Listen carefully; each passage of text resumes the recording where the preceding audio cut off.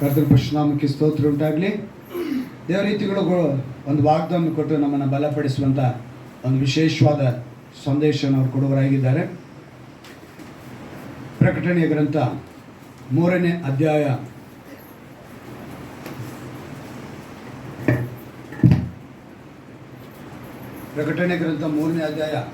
20ನೇ ವಾಕ್ಯವನ್ನು ನಾವು ಈ ತಿಂಗಳಿನ ವಾಗ್ದಾನವಾಗಿ ದೇವರು ನಮಗೆ ಕೊಟ್ಟಿದ್ದಾರೆ. ಇಗೋ, ಬಾಗಿಲಲ್ಲಿ ನಿಂತುಕೊಂಡು ತಟ್ಟುತ್ತಾ ಇದ್ದು, ಯಾವನಾದರೂ ನನ್ನ ಶಬ್ದವನ್ನು ಕೇಳಿ ಬಾಗಿಲನ್ನು ತೆರೆದರೆ ನಾನು ಒಳಗೆ ಬಂದು ಅವನ ಸಂಗಡ ಊಟ ಮಾಡುವೆನು, ಅವನು ನನ್ನ ಸಂಗಡ ಊಟ ಮಾಡುವನು. ನಾನು ಜಯ ಹೊಂದಿ ನನ್ನ ತಂದೆಯೊಡನೆ ಸಿಂಹಾಸನದಲ್ಲಿ ಕೂತುಕೊಂಡೆ. ಇಲ್ಲಿ ಒಂದು ಅದ್ಭುತವಾದ ಮಾತು. ಇಗೋ ಏನಂತ ಹೇಳ್ತಾರೆ? ಇಗೋ ಬಾಗಿಲಲ್ಲಿ ನಿಂತು ತಟ್ಟುತ್ತಾ ಇದ್ದೇನೆ. ಈ ವಾಗ್ದಾನವನ್ನು ಪಡೆದುಕೊಳ್ಳೋದಕ್ಕೆ ಮುಂಚೆ ನಾನು ಅದೇ ಹೇಳಿದ್ನಲ್ಲ, ದೇವರ ಸ್ವರ ನಾನು ಕೇಳಬೇಕು, ದೇವರೊಂದು ಗುರುತು ಕೊಡಬೇಕು ಅಂತ ಹೇಳಿದಾಗಲೇ ಆರಾಧನೆ ನಮಗೆ ಹಾಡಿನ ಮೂಲಕ ದೇವರೇನು ಮಾಡಿದ್ರು? ಮಾತನಾಡುವ ದೇವರು. ಶಬ್ದ ಅಂದರೆ ಏನು ಅರ್ಥ? ಶಬ್ದ ಸೌಂಡ್ ಅಂತ ಹೇಳ್ಬೋದು ಅಲ್ವಾ? ಅಂದರೆ ಒಂದು ಶಬ್ದ ಬರಬೇಕಂದ್ರೆ ಅಲ್ಲಿ ಏನಾದ್ರು ಒಂದು ಉಂಟಾಗಬೇಕು. ಈಗ ದೇವರು ಹೇಳ್ತಿದ್ದಾರೆ, ಆ ಮಾತನ್ನು ಗಮನಿಸಿ ನೋಡಿ. ತಟ್ಟುತ್ತಾ ಇದ್ದೇನೆ, ಯಾವನಾದರೂ ಶಬ್ದವನ್ನು ಕೇಳಿ. ಏನೇ? ತಟ್ಟುತ್ತಾ ಇದ್ದೇನೆ, ಯಾವನಾದರೂ ಶಬ್ದವನ್ನು ಕೇಳಿ. ಅವಾಗ ಆ ಶಬ್ದ ಅಂತ ಹೇಳುವಾಗ ಈ ಅಧ್ಯಾಯದಲ್ಲಿ, ಈ ವಾಕ್ಯದಲ್ಲಿ ಚೆನ್ನಾಗಿ ಗಮನಿಸಬೇಕು. ಇದು 7ನೇ ಸಭೆ. ಆ ಕಾಲದಲ್ಲಿ 7ನೇ ಸಭೆಗೆ, ಲವೋದಿಕ ಸಭೆಗೆ ಬರೆಯುವಾಗ ಪ್ರವಾದಿ ಯೋಹಾನನ ಮೂಲಕ ದೇವರು ತನ್ನ ಮಾತನ್ನು ತಿಳಿಯಪಡಿಸ್ತಾರಂತೆ. ನೀವು 7 ಸಭೆನ ನಾವು ಯೋಚನೆ ಮಾಡುವಾಗ ಅಲ್ಲಿ ಹಿಂದೆನೇ ಬರೆಯಲ್ಪಟ್ಟಿದೆ. 7 ಸಭೆಗಳ ಹೆಸರುಗಳು ಬರೆಯಲ್ಪಟ್ಟಿದೆ. ಮೊದಲನೇ ಸಭೆ ಎಫೆಸ ಸಭೆ, 2ನೇ ಅಧ್ಯಾಯದ 1ನೇ ವಾಕ್ಯದಲ್ಲಿದೆ. ಮೊದಲನೇ ಸಭೆ ಅದು. 2ನೇ ಸಭೆ ಬಂದ್ಬಿಟ್ಟು ಸ್ಮರ್ಗದಲ್ಲಿರುವ ಸಭೆ. 3ನೇ ಸಭೆ ಬಂದ್ಬಿಟ್ಟು ಪೆರ್ಗಮ. 4ನೇ ಸಭೆ ಬಂದ್ಬಿಟ್ಟು ತುವೈತು. 5ನೇ ಸಭೆ ಬಂದು ಸಾರ್ದಿಸ್. 7ನೇ ಸಭೆ ಲವೋದಿಕ ಸಭೆ. ಅವಾಗ ಚೆನ್ನಾಗಿ ಗಮನಿಸಿ, ಅವ್ರು ಹೇಳ್ತಾರೆ, ಮೊದಲನೇ ಸಭೆ ಎಫೆಸ, 2ನೇದು ಸ್ಮರ್ಗ, 3ನೇದು ಪೆರ್ಗಮ, 4ನೇದು ಸಾರ್ದಿಸು, 5ನೇದು ಫಿಲದೆಲ್ಫಿಯಾ, 6ನೇದು ಫಿಲದೆಲ್ಫಿಯಾ, 7ನೇದಾಗಿ ಲವೋದಿಕ ಸಭೆಗೆ ಹೇಳ್ತಿದ್ದಾರೆ. ಈಗ ಲವೋದಿಕ ಸಭೆಗೆ ಹೇಳುವಾಗ ಈ ಮಾತನ್ನು ಅವ್ರು ಹೇಳಿದ್ರು. ಏನಂತ? ಮೇಲ್ಗಡೆಯಿಂದ ವಾಕ್ಯ ನಾವು ಗಮನಿಸ್ಕೊಂಡು ಬರ್ತೀವಿ, ಅನೇಕ ವಿಷಯಗಳನ್ನ ಅದ್ರಲ್ಲಿ ಹೇಳ್ಕೊಂಡು ಬರ್ತಾರೆ. ಈ ತಿಂಗಳು ನಮಗೇನು ವಾಗ್ದಾನ ಕೊಡ್ತಿದ್ದಾರೆ ಅಂತ ನಾವು ನೋಡುವಾಗ, ಬಾಗಿಲಲ್ಲಿ ನಿಂತುಕೊಂಡು ತಟ್ಟುತ್ತಾ ಇದ್ದೇನೆ, ಯಾವನಾದರೂ ನನ್ನ ಶಬ್ದವನ್ನು ಕೇಳಿ ಬಾಗಿಲನ್ನು ತೆರೆದರೆ ನಾನು ಒಳಗೆ ಬಂದು ಅವನ ಸಂಗಡ ಊಟ ಮಾಡುವೆನು, ಅವನು ನನ್ನ ಸಂಗಡ ಊಟ ಮಾಡುವನು. ಈ ವಾಕ್ಯದಲ್ಲಿ ಚೆನ್ನಾಗಿ ಗಮನಿಸಿ, ಮೊದಲನೇದು ನಾವು ತಟ್ತಾ ಇದ್ದಾರೆ. ಏನು ಮಾಡ್ತಿದ್ದಾರೆ ಅವರು? ತಟ್ತಾ ಇದ್ದಾರೆ. ತಟ್ತಾ ಇದ್ದಾರೆ ಅಂದರೆ ನಮಗೆ ಗಮನ ಇರಬೇಕು ಅಂತ ಅರ್ಥ. ಈಗ ತಟ್ತಾ ಇದ್ದಾರೆ ಅಂತ ಹೇಳಿದ್ರೆ ನಮ್ಗೆ ಗಮನ ಇಲ್ಲ ಅಂತ ಹೇಳಿದ್ರೆ ನಾವು ತಟ್ತಾ ಇರೋದು ಗೊತ್ತಾಗಲ್ಲ. 2ನೇದಾಗಿ ನೋಡುವಾಗ ಆ ಶಬ್ದ ಆಗ್ತಾ ಇದೆ, ನಾವು ಕೇಳಿಸ್ಕೋಬೇಕು. ಏನು ಮಾಡಬೇಕು? ಶಬ್ದ ಆಗ್ತಾ ಇದೆ, ಕೇಳಿಸ್ಕೊಳ್ಬೇಕು. 3ನೇದಾಗಿ ತೆರೆದರೆ ಅನ್ನೋವಾಗ ಅವಕಾಶ ಕೊಡಬೇಕು. ಏನು ಕೊಡಬೇಕು? ತೆರೆದ್ರೆ ಅನ್ನೋದು ಅರ್ಥ ಏನು? ಅವಕಾಶ ಕೊಡಬೇಕು. ನೀನು ತೆರೀತಾ ಇದೆಯಾ ಅಂದರೆ ಅವಕಾಶ ಕೊಡ್ತಿದ್ಯಾ ಆ ಶಬ್ದ ನೀನು ಒಳಗೆ ಬರೋಕ್ಕೆ. ತಡ್ತಾ ಇರುವಂಥ ವ್ಯಕ್ತಿಯ ಶಬ್ದ ನಿನ್ನೊಳಗೆ ಬರೋದಕ್ಕೆ ತೆರೆದ್ರೆ ಅಂದರೆ ಏನು? ಅವಕಾಶ ಕೊಡ್ತಿದ್ಯಾ. 4ನೇದಾಗಿ ಅವ್ರು ಹೇಳ್ತಾರೆ, ಊಟ ಮಾಡುವೆನು. ಅಂದರೆ ಒಂದು ಫಲ ಸಿಗ್ತಾ ಇದೆ, ಒಂದು ಫಲಭರಿತವಾದ ಆಶೀರ್ವಾದನ ಅಲ್ಲಿ ಹೇಳ್ತಿದ್ದಾರೆ. ಇದನ್ನು ನಾವು ಹೇಗೆ ತೆಗೆದುಕೊಳ್ಬೇಕು ಅಂತ ಹೇಳಿದ್ರೆ, ಫಲ ಅಂತ ಹೇಳುವಾಗ ದೇವರು ಮೊದಲನೇದಾಗಿ ನಮ್ಮನ್ನು ಪ್ರೀತಿ ಮಾಡಿದ್ದಾರೆ. ಹಲ್ಲೆಲೂಯಾ. ನೆಕ್ಸ್ಟ್ ಹೇಳ್ತಾರೆ, ನಾನು ಊಟ ಮಾಡುವೆನು ಅಂತ ಹೇಳಿ ಅವನ ಸಂಗಡ ಊಟ ಮಾಡುವೆನು. ಆಗ ಏನು ಹೇಳಲ್ಪಟ್ಟಿದೆ? ಅವನು ಕೂಡ ಯಾರ ಜೊತೆ ಊಟ ಮಾಡ್ತಿದ್ದಾನೆ? ದೇವರೊಂದಿಗೆ ಊಟ ಮಾಡ್ತಾನೆ. ಅಂದರೆ ಪ್ರತಿಫಲ. ಈಗ ಪ್ರತಿಫಲ ಅನ್ನೋದೇನೋ ಅವನ ಸಂಗಡ ಊಟ ಮಾಡೋದು ಇಲ್ಲಿ ಪ್ರತಿಫಲ. ಈ ವಾಕ್ಯದ ಇನ್ನೊಂದು ಅರ್ಥ ಪ್ರತಿಫಲ ಅಂತ ಹೇಳಿದ್ರೆ, ನೀನು ಅವ್ರನ್ನ ಪ್ರೀತಿ ಮಾಡಬೇಕು. ಹಲ್ಲೆಲೂಯಾ. ಫಲ ಅನ್ನೋದು ಅವ್ರು ಕೊಡುವಂಥ ನಿನ್ನ ಆಶೀರ್ವಾದ. ಆ ಆಶೀರ್ವಾದ ಏನು? ನೀನು ಊಟ ಮಾಡ್ತಿದ್ಯಾ ಅವ್ರ ಜೊತೆ, ಅವ್ರು ನಿನ್ನ ಜೊತೆ ಊಟ ಮಾಡ್ತಿದ್ದಾರೆ ಮೊದಲು, ಅಂದರೆ ಅವ್ರು ನಿನ್ನ ಪ್ರೀತಿ ಮಾಡ್ತಿದ್ದಾರೆ. ಎರಡನೇ ದಿನ ಅವರ ಸಂಗಡ ಊಟ ಮಾಡುವಾಗ ನೀನು ಪ್ರತಿಫಲವಾಗಿ ಅವರನ್ನು ಪ್ರೀತಿ ಮಾಡ್ತೀಯ. ಈ ವಾಗ್ದಾನನ ಕೊಟ್ಟು ಈ ವಿಷಯ ಒಂದು ವಿಶೇಷತೆಯನ್ನು ನಿಮ್ಗೆ ಹೇಳ್ತಾರೆ. ಯಾರಿಗಾದ್ರೂ ಏನಾದ್ರು ಹೋಗಬೇಕು ಬರಬೇಕು ಅಂತಿದ್ರೆ ಈಗಲೇ ಹೋಗ್ಬಿಟ್ಟು ಬಂದ್ಬಿಡಿ. ಇಲ್ಲ ಮಧ್ಯದಲ್ಲಿ ಎದ್ದು ಹೋಗ್ಬೇಕು ಅಂತ ಹೇಳಿದ್ರೆ ಒಂದು 5 ನಿಮಿಷ ನಾನು ಸಂದೇಶನ ನಿಲ್ಲಿಸ್ಬಿಡ್ತೀನಿ. ಏನಾದ್ರು ಹೋಗಂಗಿದ್ರೆ ಧಾರಾಳವಾಗಿ ನೀರಿಗೋ ಏನಕ್ಕಾಗಲಿ. ಯಾಕಂತ ಹೇಳಿದ್ರೆ ಒಂದು ಒಳ್ಳೆಯ ಅಂಶವನ್ನು ದೇವರ ಮುಂದೆ ಮಾತನಾಡಬೇಕು ಅಂತ ಬಂದಿದ್ದಾರೆ. ಒಂದು ವಾಗ್ದಾನದಿಂದ ನಾನು ಬಲಪಡಿಸಬೇಕು ಅಂತ ಅಂದ್ಕೊಂಡಿದ್ದಾರೆ. ಈ ಸೇವೆ ಅನ್ನೋದನ್ನು ದೇವರು ತನ್ನ ಒಂದು ರಾಜ್ಯವನ್ನು ಕಟ್ಟುವುದಕ್ಕಾಗಿ ಸೂಲಿಬೆಲೆ ಗ್ರಾಮದ ಮೇಲೆ ಇಟ್ಟಿರುವಂಥ ಈ ಜನರ ಮೇಲೆ ಇಟ್ಟಿರುವಂಥ ಪ್ರೀತಿಯನ್ನು ಅವರು ತೋರಿಸ್ತಾ ಇದ್ದಾರೆ. ಇಲ್ಲಿ ನಾವು ಆರಾಧನೆ ಆರಂಭಿಸಿ ಈ ಸಭೆ ಆರಂಭಿಸಿ ಒಂದು ಹತ್ರ 8 ವರ್ಷದ ಮೇಲೆ ಆಯಿತು ಅಲ್ವಾ. ಈ 8 ವರ್ಷದಲ್ಲಿ ನಾನು ಯಾವುದೇ ಆದಾಯನ ಬಯಸಿ ನಾನು ಇಲ್ಲಿಗೆ ಬರ್ತಾ ಇಲ್ಲ. ನಿಮ್ಮ ಹತ್ರ ಯಾರ ಹತ್ರ ಒಂದು ದಶಮ ಭಾಗ ಇದುವರೆಗೂ ನಾನು ತಗೊಂಡಿದ್ದೀನ. 8 ವರ್ಷ ಆಯಿತು ನಾನೇನು ಮಾಡಿಲ್ಲ, ನಿಮ್ಮ ಹತ್ರ ನಾನು ದಶಮ ಭಾಗ ಅನ್ನೋ ಮಾತು ಹೇಳಿಲ್ಲ, ಅದರ ಬಗ್ಗೆ ಪ್ರಸ್ತಾವನೆಯೇ ಎತ್ತಿಲ್ಲ. ದಶಮ ಭಾಗ ಅನ್ನೋದು ಹಳೆ ಒಡಂಬಡಿಕೆಯಲ್ಲಿ ಬಹಳ ಪ್ರಾಮುಖ್ಯವಾಗಿತ್ತು. ಹೊಸ ಒಡಂಬಡಿಕೆ ಕಾಲಕ್ಕೆ ಬರುವಾಗ ಅದು ನಮಗೆ ಬಯಸಿ ಕೊಡೋಂಗಿದ್ರೆ, ಇಷ್ಟ ಇದು ಕೊಡೋಂಗಿದ್ರೆ ಕೊಡ್ಬೋದು, ಬಲವಂತದಿಂದಲೂ ಅಲ್ಲ ಕಡ್ಡಾಯವಾಗೂ ಇಲ್ಲ ಅಂಥೇಳಿ. ಆದರೆ ಕೊಡಿರಿ ಕೊಡಲ್ಪಡುವ ನಮ್ಮ ಮಾತನ್ನು ಲೂಕನ ಬರೆದ ಸುವಾರ್ತೆಯಲ್ಲಿ ದೇವರು ತಿಳಿಸಿರ್ತಾರೆ ಅಲ್ವಾ. ಅದರಿಂದ ಯಾವುದೇ ಆದಾಯನ ನೆನೆಸಿ ನಾನು ಈ ಸೇವೆ ಮಾಡ್ತೀರಾ, ಇಲ್ಲಿ ಬಂದು ವಾಕ್ಯ ನೆನೆಸೋದಕ್ಕೆ ದೇವರು ನನ್ನನ್ನು ನಡೆಸ್ತಾ ಇದ್ದಾರೆ. ಆಗ ಆ ವಾಕ್ಯಕ್ಕೆ ನಾನು ಎಷ್ಟು ಪ್ರಾಮುಖ್ಯತೆ ಕೊಡ್ತೀನಿ ಅನ್ನೋದನ್ನು ನೀವು ತಿಳ್ಕೋಬೇಕು. ಅದೇ ರೀತಿಯಾಗಿ ನೀವು ಆ ವಾಕ್ಯಕ್ಕೆ ಏನು ಕೊಡಬೇಕು, ಪ್ರಾಮುಖ್ಯತೆ ಕೊಡಬೇಕು. ಅಂದರೆ ಶಬ್ದ ಅನ್ನೋದು ಅದೇ, ಆ ವಾಕ್ಯ ಅನ್ನೋ ಶಬ್ದನ ನೀವು ಕೇಳಬೇಕು. ಸರ್ವಶಕ್ತನಾದ ದೇವರು ತನ್ನ ಶಬ್ದವನ್ನು ಕೇಳಿಸಿಕೊಂಡವರಾಗಿರಬೇಕಂತ ಹೇಳಿ ನಮಗೆಲ್ಲರಿಗೂ ಏನಾಗಿದ್ದಾರೆ ಅಂತ ಹೇಳಿದ್ರೆ ಹತ್ತಿರವಾಗಿದ್ದಾರೆ ಅಂತವ್ರು. ಹೇಗಿದ್ದಾರೆ ಅವರು? ಹತ್ತಿರ. ಇವಾಗ ನಮ್ಮ ಮಕ್ಕಳಿಗೆ ನಾವು ಹತ್ತಿರವಾಗಿರ್ಬೇಕು ಅಂತ ಬಯಸ್ತೀವ, ದೂರ ಇರಬೇಕು ಅಂತ ಬಯಸ್ತೀವ? ಯಾವಾಗಲೂ ನಮ್ಮ ಮಕ್ಕಳು ನಮ್ಮೊಂದಿಗೆ ಇರಬೇಕು, ಹೆತ್ತವರು ನಮ್ಮೊಂದಿಗೆ ಇರಬೇಕು ಅಂತ ಮಕ್ಕಳು ನಮ್ಮೊಂದಿಗೆ ಇರಬೇಕು, ಹತ್ತಿರವಾಗಿ ಇರಬೇಕು ಅಂತ ಹೆತ್ತವರಾಗಿರುವಂಥ ನಾವು ಕೂಡ ನೆನೆಸುವ ಹಾಗೆ ಸರ್ವೋನ್ನತನಾದ ದೇವರು ತನ್ನ ಮಕ್ಕಳ ಜೊತೆ ಹತ್ತಿರನೇ ಇರಬೇಕು ಅಂತ ಬಯಸುವಂಥ ದೇವರಾಗಿದ್ದಾರೆ. ಅದನ್ನು ಅಪೊಸ್ತಲನಾದ ಪೌಲನು ಯಾವ ರೀತಿ ಹೇಳ್ತಾನೆ ಅಂತ ಹೇಳಿದ್ರೆ, ಅಪೊಸ್ತಲರ ಕೃತ್ಯಗಳು 17ನೇ ಅಧ್ಯಾಯದ 27ನೇ ವಾಕ್ಯ. ಅಪೊಸ್ತಲರ ಕೃತ್ಯಗಳು 17ನೇ ಅಧ್ಯಾಯ 27ನೇ ವಾಕ್ಯ. ಅಪೊಸ್ತಲರ ಕೃತ್ಯಗಳು 17ನೇ ಅಧ್ಯಾಯ. ಒಂದು ವೇಳೆ ತಡಮಾಡಿ ಕಂಡುಕೊಂಡಾರೋ ನನ್ನನ್ನು ಹುಡುಕುವವರನ್ನಾಗಿ ಮಾಡಿದನು.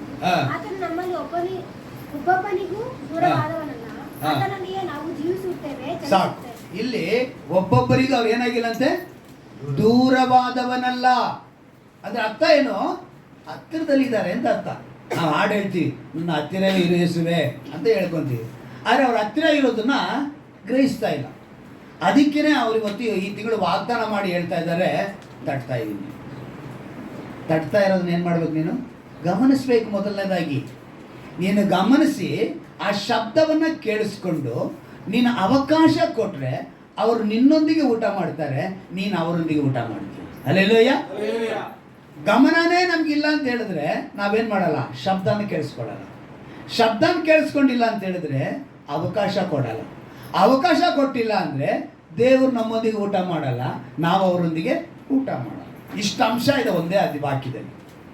ಅಲ್ಲಿಗೆ ಏನು ಮಾಡಬೇಕು? ಮೊದಲನೇದು ಗಮನ. ಅದಕ್ಕೆ ನಾನು ಹೇಳ್ತೀನಿ, ಯಾವಾಗಲೂ ನಾವು ಆರಾಧನೆಗೆ ಬಂದಾಗ ವಾಕ್ಯನ ಹಂಚಿಕೊಳ್ಳುವಾಗ ಆ ವಾಕ್ಯದ ಕಡೆ ನಿಮ್ಮ ಗಮನ ಇರಬೇಕು. ನಿಮ್ಮ ಗಮನ ಬೇರೆ ಕಡೆ ಹೋಯ್ತು ಅಂದರೆ ಅಂಶ ಬದಲಾಗೋಗುತ್ತೆ. ಅಂಶ ಬದಲಾಗೋಯ್ತು ಅಂದರೆ ಅವತ್ತಿನ ಸಂದೇಶನೇ ನಿಮ್ಗೆ ಅರ್ಥ ಆಗಲ್ಲ. ದೇವರು ಅದಕ್ಕೆ ತನ್ನ ಮಕ್ಕಳಿಗೆ ಹತ್ತಿರವಾಗಿರಬೇಕು. ಏನಕ್ಕೆ ಹತ್ತಿರವಾಗಿರಬೇಕು? ಅರ್ಥ ಮಾಡಿಕೊಳ್ಳಿ. ನೀವು ಎತ್ತವರೊಂದು ಮಕ್ಕಳಿಗೂ ಹತ್ತಿರ ಇರೋದಕ್ಕೆ ಏನು ಕಾರಣ ಅಂತ ಹೇಳಿದ್ರೆ, ಮಕ್ಕಳು ನಮ್ಮನ್ನು ಅರ್ಥ ಮಾಡ್ಕೊಳ್ತಾರೆ, ಹೆತ್ತವ್ರನ್ನ ಮಕ್ಕಳು ಅರ್ಥ ಮಾಡ್ಕೊಳ್ತಾರೆ, ಹತ್ತಿರವಾಗಿ ಇರಬೇಕು ಅಂತ ಬಯಸ್ತೀವಿ. ಅದೇ ರೀತಿ ಸರ್ವಶಕ್ತನಾದ ದೇವರು ಏನು ಮಾಡ್ತಾರೆ? ಹತ್ತಿರವಾಗಿರ್ಬೇಕು ಅಂತಾನೆ ಬಯಸ್ತಾರೆ. ಅವ್ರು ಹತ್ತಿರವಾಗಿರೋ ಬಯಸಿರುವಾಗ ಭೂಮಿ ಮೇಲೆ ಅವ್ರು ಏನಂತ ಹೇಳ್ತಂದ್ರೆ, ಯಾವನಾದರೂ ಏನಂತೆ, ಯಾವನಾದರೂ ಅಂದರೆ ಪ್ರತಿಯೊಬ್ಬರಿಗೂ ಅವರ ಹತ್ತಿರದಲ್ಲಿ ಇರಬೇಕು, ದೂರವಾಗಿ ಇರಬಾರ್ದು. ದೇವರು ದೂರವಾಗಿರೋದಕ್ಕೆ ನೆನೆಸಲಿಲ್ಲ, ಹತ್ತಿರ ಇರೋದಕ್ಕೆ ನೆನೆಸ್ಕೊಂಡಿದ್ದಾರೆ. ಮನುಷ್ಯರಿಗೂ ದೇವರಿಗೂ ಒಂದು ಸಂಬಂಧ ಇದೆ, ಇನ್ವಿಸಿಬಲ್. ಏನಂತೆ? ಹಂಗಂದ್ರೆ ಏನು? ಅದೃಶ್ಯ. ದೃಶ್ಯ ಅಂದ್ರೆ ಕಾಣಿಸೋದು, ಅದೃಶ್ಯ ಅಂದ್ರೆ ಕಾಣಿಸಲ್ಲ. ವಿಸಿಬಲ್ ಅಂದ್ರೆ ಕಾಣಿಸುವಂಥದ್ದು, ಇನ್ವಿಸಿಬಲ್ ಅಂದ್ರೆ ಕಾಣಿಸಲ್ಲ. ದೇವರ ಶಬ್ದ ಅನ್ನೋದು ನೀವು ಕೇಳಿಸ್ಕೊಳ್ತಾ ಇದ್ದೀರಾ, ಆದ್ರೆ ಕಾಣಿಸ್ತಾ ಇಲ್ಲ ಶಬ್ದ. ನಾವು ಶಬ್ದನ ಯಾವ ಶಬ್ದ ನೋಡ್ತೀವ? ಯಾವ ಶಬ್ದನೂ ನೋಡೋಕ್ಕಾಗಲ್ಲ ಅಲ್ವಾ? ಆ ರೀತಿನೇ ದೇವರ ಶಬ್ದ ನಮಗೆ ಕಿವಿಗೆ ಕೇಳಿಸ್ತಾ ಇದೆ ಅಂತ ಹೇಳಿದ್ರೆ, ಈಗ ನಾನು ನಿಮ್ಮೊಂದಿಗೆ ಮಾತನಾಡ್ತಾ ಇದ್ದೀನಿ ಅಲ್ವಾ? ನನ್ನ ನೋಡ್ತಾ ಇದ್ದೀರ, ನನ್ನ ಶಬ್ದನೂ ಕೇಳಿಸ್ತಾ ಇದೆ, ನೀವು ನನ್ನನ್ನು ನೋಡ್ತಾನೂ ಇದ್ದೀರ. ಆದರೆ ದೇವರು ಮಾತನಾಡುವಾಗ ಅವ್ರ ರೂಪ ಕಾಣಿಸ್ತಾನೆ, ಆದರೆ ಶಬ್ದ ಮಾತ್ರ ಕೇಳಿಸ್ತಾ ಇದೆ. ಅವ್ರ ಹತ್ತಿರದಲ್ಲೇ ಇದ್ದಾರಂತೆ, ದೇವ್ರು ದೂರ ಇಲ್ಲ. ನಾವು ದೇವರಿಗೆ ಈಗ ಹತ್ತಿರ ಇದ್ದಾರೆ ಅಂತ ಹೇಳುವಾಗ ಈ 4 ಇದ್ರ ಮಧ್ಯೆ ಇದ್ದೀವಿ, ಇಲ್ಲಿ ನಮ್ಮ ಹತ್ತಿರದಲ್ಲಿ ಇದ್ದಾರೆ, ಓಕೆ. ನೀನು ಎಲ್ಲ ಇದ್ರೂ ಸರಿ, ನೀನೊಂದು ರೂಮ್ನ ಬಾಗಿಲಾಕೊಂಡು ಹೆತ್ತವ್ರನ್ನ ಕಾಣಿಸ್ತಿಲ್ಲ, ಹೆತ್ತವ್ರನ್ನ ನೋಡ್ತಿಲ್ಲ, ನಾನು ರೂಮ್ ಒಳಗೆ ಇದ್ದೀನಿ ಅಂತ ಅನ್ಕೋಬೋದು. ಆದರೆ ನೀನು ಹತ್ತಿರದಲ್ಲಿ ಯಾರಿದ್ದಾರೆ? ಹಲ್ಲೆಲೂಯಾ, ದೇವರ ಹತ್ತಿರದಲ್ಲಿದ್ದಾನೆ. ಇವತ್ತು ಗಂಡನ ಗೊತ್ತಿಲ್ಲದಂಗೆ ಹೆಂಡತಿ ಎಲ್ಲಿ ಬೇಕಾದ್ರೂ ಹೋಗ್ಬಿಟ್ಟು ಬಂದು ಗಂಡನಿಗೆ ನಾನು ಎಲ್ಲೂ ಹೋಗೇ ಇಲ್ಲ ಅಂತ ಹೇಳಿದ್ರು ಕೂಡ ನಿನ್ನ ಜೊತೆ ಯಾರಿದ್ರು? ಅದೇ ರೀತಿ ಹೆಂಡತಿಗೆ ಗಂಡ ಬೆಳಿಗ್ಗೆಯಿಂದ ನಾನು ಕೆಲಸದಲ್ಲಿದ್ದೆ ಅಂತ ಸುಳ್ಳು ಹೇಳಿ ನೀನು ಎಲ್ಲೇ ಹೋದ್ರು ಕೂಡ ನಿನ್ನ ಜೊತೆಗೆ ಯಾರಿದ್ರು? ಯೇಸಪ್ಪ ಇರ್ತಾರೆ, ದೇವರು ಇರ್ತಾರೆ. ಸೊ ಅಪೊಸ್ತಲನಾದ ಪೌಲನು ಅಥೇನ ಪಟ್ಟಣಕ್ಕೆ ಇದನ್ನ ಮಾತನ್ನ ಬರೀತಾ ಇರೋದು. ಇಲ್ಲಿ ನೀವು 16ನೇ ವಾಕ್ಯದಲ್ಲಿ ನೋಡಿ, ಪೌಲನು ಅವರಿಗೋಸ್ಕರ ಅಥೇನೆಯಲ್ಲಿ ಕಾದುಕೊಂಡಿರುವಾಗ ಆ ಪಟ್ಟಣದಲ್ಲಿ ಎಲ್ಲೆಲ್ಲಿಯೂ ವಿಗ್ರಹ ತುಂಬಿಕೊಂಡಿದೆ. ಏನು ತುಂಬಿಕೊಂಡಿದೆ? ವಿಗ್ರಹ. ಆ ಜನಗಳನ್ನ ನೋಡಿ ಪರಿತಪಿಸುವನಾಗಿ ಅವರೊಂದಿಗೆ ಮಾತನಾಡುವಾಗ ಈ ಮಾತನ್ನ ಹೇಳ್ತಾ ಇದ್ದಾನೆ. ಆ ಮಾತನ್ನ ಹೇಳ್ಬೇಕಾದ್ರೆ ದೇವರು ಅವನಿಗೆ ಕೊಟ್ಟಂತ ದರ್ಶನವನ್ನು ಅವನು ಹೇಳ್ತಿದ್ದಾನೆ. ನೋಡಿ 26ನೇ ವಾಕ್ಯದಲ್ಲಿ, ಆತನು ಒಬ್ಬನಿಂದಲೇ ಎಲ್ಲಾ ಜನಾಂಗದವರನ್ನ, ಅಂದ್ರೆ ಲೋಕದಲ್ಲಿ ನಮ್ಗೆ ಹತ್ರ ಇರಬೇಕು, ನಮ್ಮ ಸಂಪರ್ಕದಲ್ಲೇ ಇರಬೇಕು, ದೇವರು ದೂರ ಇರಬೇಕು ಅಂತ ಬಯಸಲೇ ಇಲ್ಲ. ಇಸ್ರಾಯೇಲರೊಂದಿಗೆ ಮಾತನಾಡಿದ ದೇವರು ಇವತ್ತು ಇನ್ನೊಂದಿಗೆ ಮಾತನಾಡ್ತಿದ್ದಾರೆ, ಹತ್ತಿರದಲ್ಲೇ ಇದ್ದಾರೆ, ಒಬ್ಬರಿಗೊಬ್ಬರು ಮಾತನಾಡಬೇಕು. ಇವಾಗ ನಾನು ಚೆನ್ನಾಗಿ ಗಮನಿಸ್ಕೊಳ್ಳಿ, ನಾನು ನಿಮ್ಮೊಂದಿಗೆ ಮಾತನಾಡಿದ್ರೇನೆ, ನೀವು ನನ್ನೊಂದಿಗೆ ಮಾತನಾಡಿದ್ರೇನೆ ನಮ್ಮಿಬ್ಬರ ಒಬ್ಬೊಬ್ಬರ ಮಾತಿನ ಭಾವನೆಗಳು ಮತ್ತು ವಿಷಯಗಳು ಅರ್ಥ ಮಾಡಿಕೊಳ್ಳೋದಕ್ಕೆ ಸಾಧ್ಯ. ಈಗ ನಾನು ನಿಮ್ಮ ಹತ್ರ ಮಾತನಾಡಲೇ ಇಲ್ಲ ಅಂತ ಇಟ್ಕೊಳ್ಳಿ, ನಿಮ್ಗೆ ಹೆಂಗೆ ಗೊತ್ತಾಗುತ್ತೆ ವಿಷಯಗಳು? ಅದೇ ರೀತಿ ದೇವರು ನಿಮ್ಮೊಂದಿಗೆ ಮಾತನಾಡುವಾಗ ನೀವು ಅವರೊಂದಿಗೆ ಮಾತನಾಡಬೇಕು. ಅದಕ್ಕೆ ಅವ್ರು ಹೇಳಿದ್ದು, ನಾನು ಅವನೊಂದಿಗೆ ಊಟ ಮಾಡುವೆನು, ಅವನು ನನ್ನ ಸಂಗಡ ಊಟ ಮಾಡುವೆನು. ಅವರು ನಿನ್ನ ಪ್ರೀತಿ ಮಾಡ್ತಾರೆ, ನೀನು ಅವ್ರನ್ನ ಪ್ರೀತಿ ಮಾಡ್ತೀಯ. ಅವರು ನಿನಗೆ ಫಲ ಕೊಡ್ತಿದ್ದಾರೆ, ನೀನು ಅವ್ರಿಗೆ ಪ್ರತಿಫಲ ಕೊಡ್ತಿದ್ದೆ. ಈ ಒಂದು ಕಮ್ಯುನಿಕೇಷನ್, ಈ ಒಂದು ಸಂಪರ್ಕ ನಮಗೆ ಬಂದ್ಬಿಡ್ಬೇಕು. ಆಗಲೇ ಈ ವಾಗ್ದಾನದ ಪೂರ್ತಿ ಆಶೀರ್ವಾದ ನಾವು ಪಡೆದುಕೊಳ್ಳೋದಕ್ಕೆ ಸಾಧ್ಯ. ಈಗ ಈ ವಿಷಯ ನಾನು ಅದನ್ನು ಹೇಳಿದ್ದು, ದೇವರು ಮಾತನಾಡುವುದು. ಅದಕ್ಕೆ ಇವತ್ತು ಒಂದು ಮಾತು ಸಾಕು ನನಗೆ ದೇವ, ಹಾಡು ಮಾತನಾಡುವ ದೇವರು. ಹಿಜ್ಕೀಯನಿಗೆ ಉತ್ತರ ಕೊಟ್ಟರು ಇಲ್ವೋ? ಹನ್ನೆರಡಿಗೆ ಉತ್ತರ ಕೊಟ್ಟರು ಇಲ್ವೋ? ಹಾಗೆ ಸತ್ಯದ ಅನೇಕರಿಗೆ ದೇವರು ಉತ್ತರ ಕೊಟ್ಟಿದ್ದಾರೆ, ನಿನಗೂ ನನಗೂ ಕೂಡ ಉತ್ತರ ಕೊಟ್ಟಿದ್ದಾರೆ. ಉತ್ತರ ಕೊಟ್ಟಿರೋದಕ್ಕೆ ಇವತ್ತು ನಾವಿಲ್ಲಿ ಕುಳಿತಿದ್ದೀವಿ. ಹಲ್ಲೆಲೂಯಾ. ಉತ್ತರ ಕೊಟ್ಟಿರುವಂಥ ದೇವರು, ಅವರು ಮಾತನಾಡುವ ದೇವರು. ನಮ್ಮ ದೇವ್ರಿಗೆ ಇನ್ನೊಂದು ಹೆಸರು ಮಾತನಾಡುವ ದೇವರೇ. ಅವರು ಗೊಂಬೆ ಥರ ಇರಲ್ಲ, ಮೂಗನಾಗಿರಲ್ಲ, ಕಿವಿ ಕೇಳಿಸನಾಗಿರಲ್ಲ. ನಮ್ಮೊಂದಿಗೆ ವಾಸ ಮಾಡುವ ದೇವರು, ನಮ್ಮೊಂದಿಗೆ ನಡೆಯುವ ದೇವರು, ನಮ್ಮೊಂದಿಗೆ ಯಾವಾಗಲೂ ಇರುವುದಕ್ಕೆ ಇಷ್ಟಪಡುವಂಥ ದೇವರು. ಈ ಸಂಪರ್ಕ ಅಂದರೆ ಮಾತಿಲ್ಲ ಅಂತ ಹೇಳಿದ್ರೆ, ನಾವು ಒಂದು ವೇಳೆ ಹೇಳಬೇಕು ಅಂತ ಹೇಳಿದ್ರೆ ಪಶುಗಳಂತೆ ಆಗ್ಬಿಡ್ತೀವಿ. ಪಶುಗಳಿಗೆ ನಮಗೇನು ವ್ಯತ್ಯಾಸ? ಅವು ಮಾತನಾಡ್ತಾವ ಪಶು, ಅದು ನಾವು ಮಾತನಾಡ್ತೀವಿ.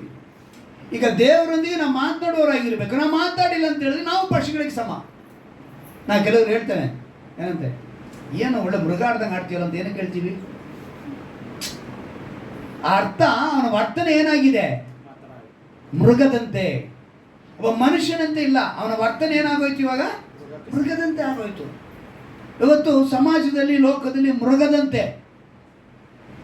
ಎಷ್ಟು ಹೆಂಗೆ ಕೆಟ್ಟೋಗಿದೆ ಅಂತ ಹೇಳಿದ್ರೆ, ಮನುಷ್ಯ ಇವತ್ತು ಎಲ್ಲಿಗೆ ಹೋಗಿದ್ದಾನೆ ಅಂತ ಹೇಳಿದ್ರೆ, ನಿನ್ನೆ ಒಂದು ನ್ಯೂಸ್ ನೋಡ್ತೀನಿ, ಮೇಕೆ ಮೇಲೆ ಒಬ್ಬ ಅತ್ಯಾಚಾರ ಮಾಡೋಣ.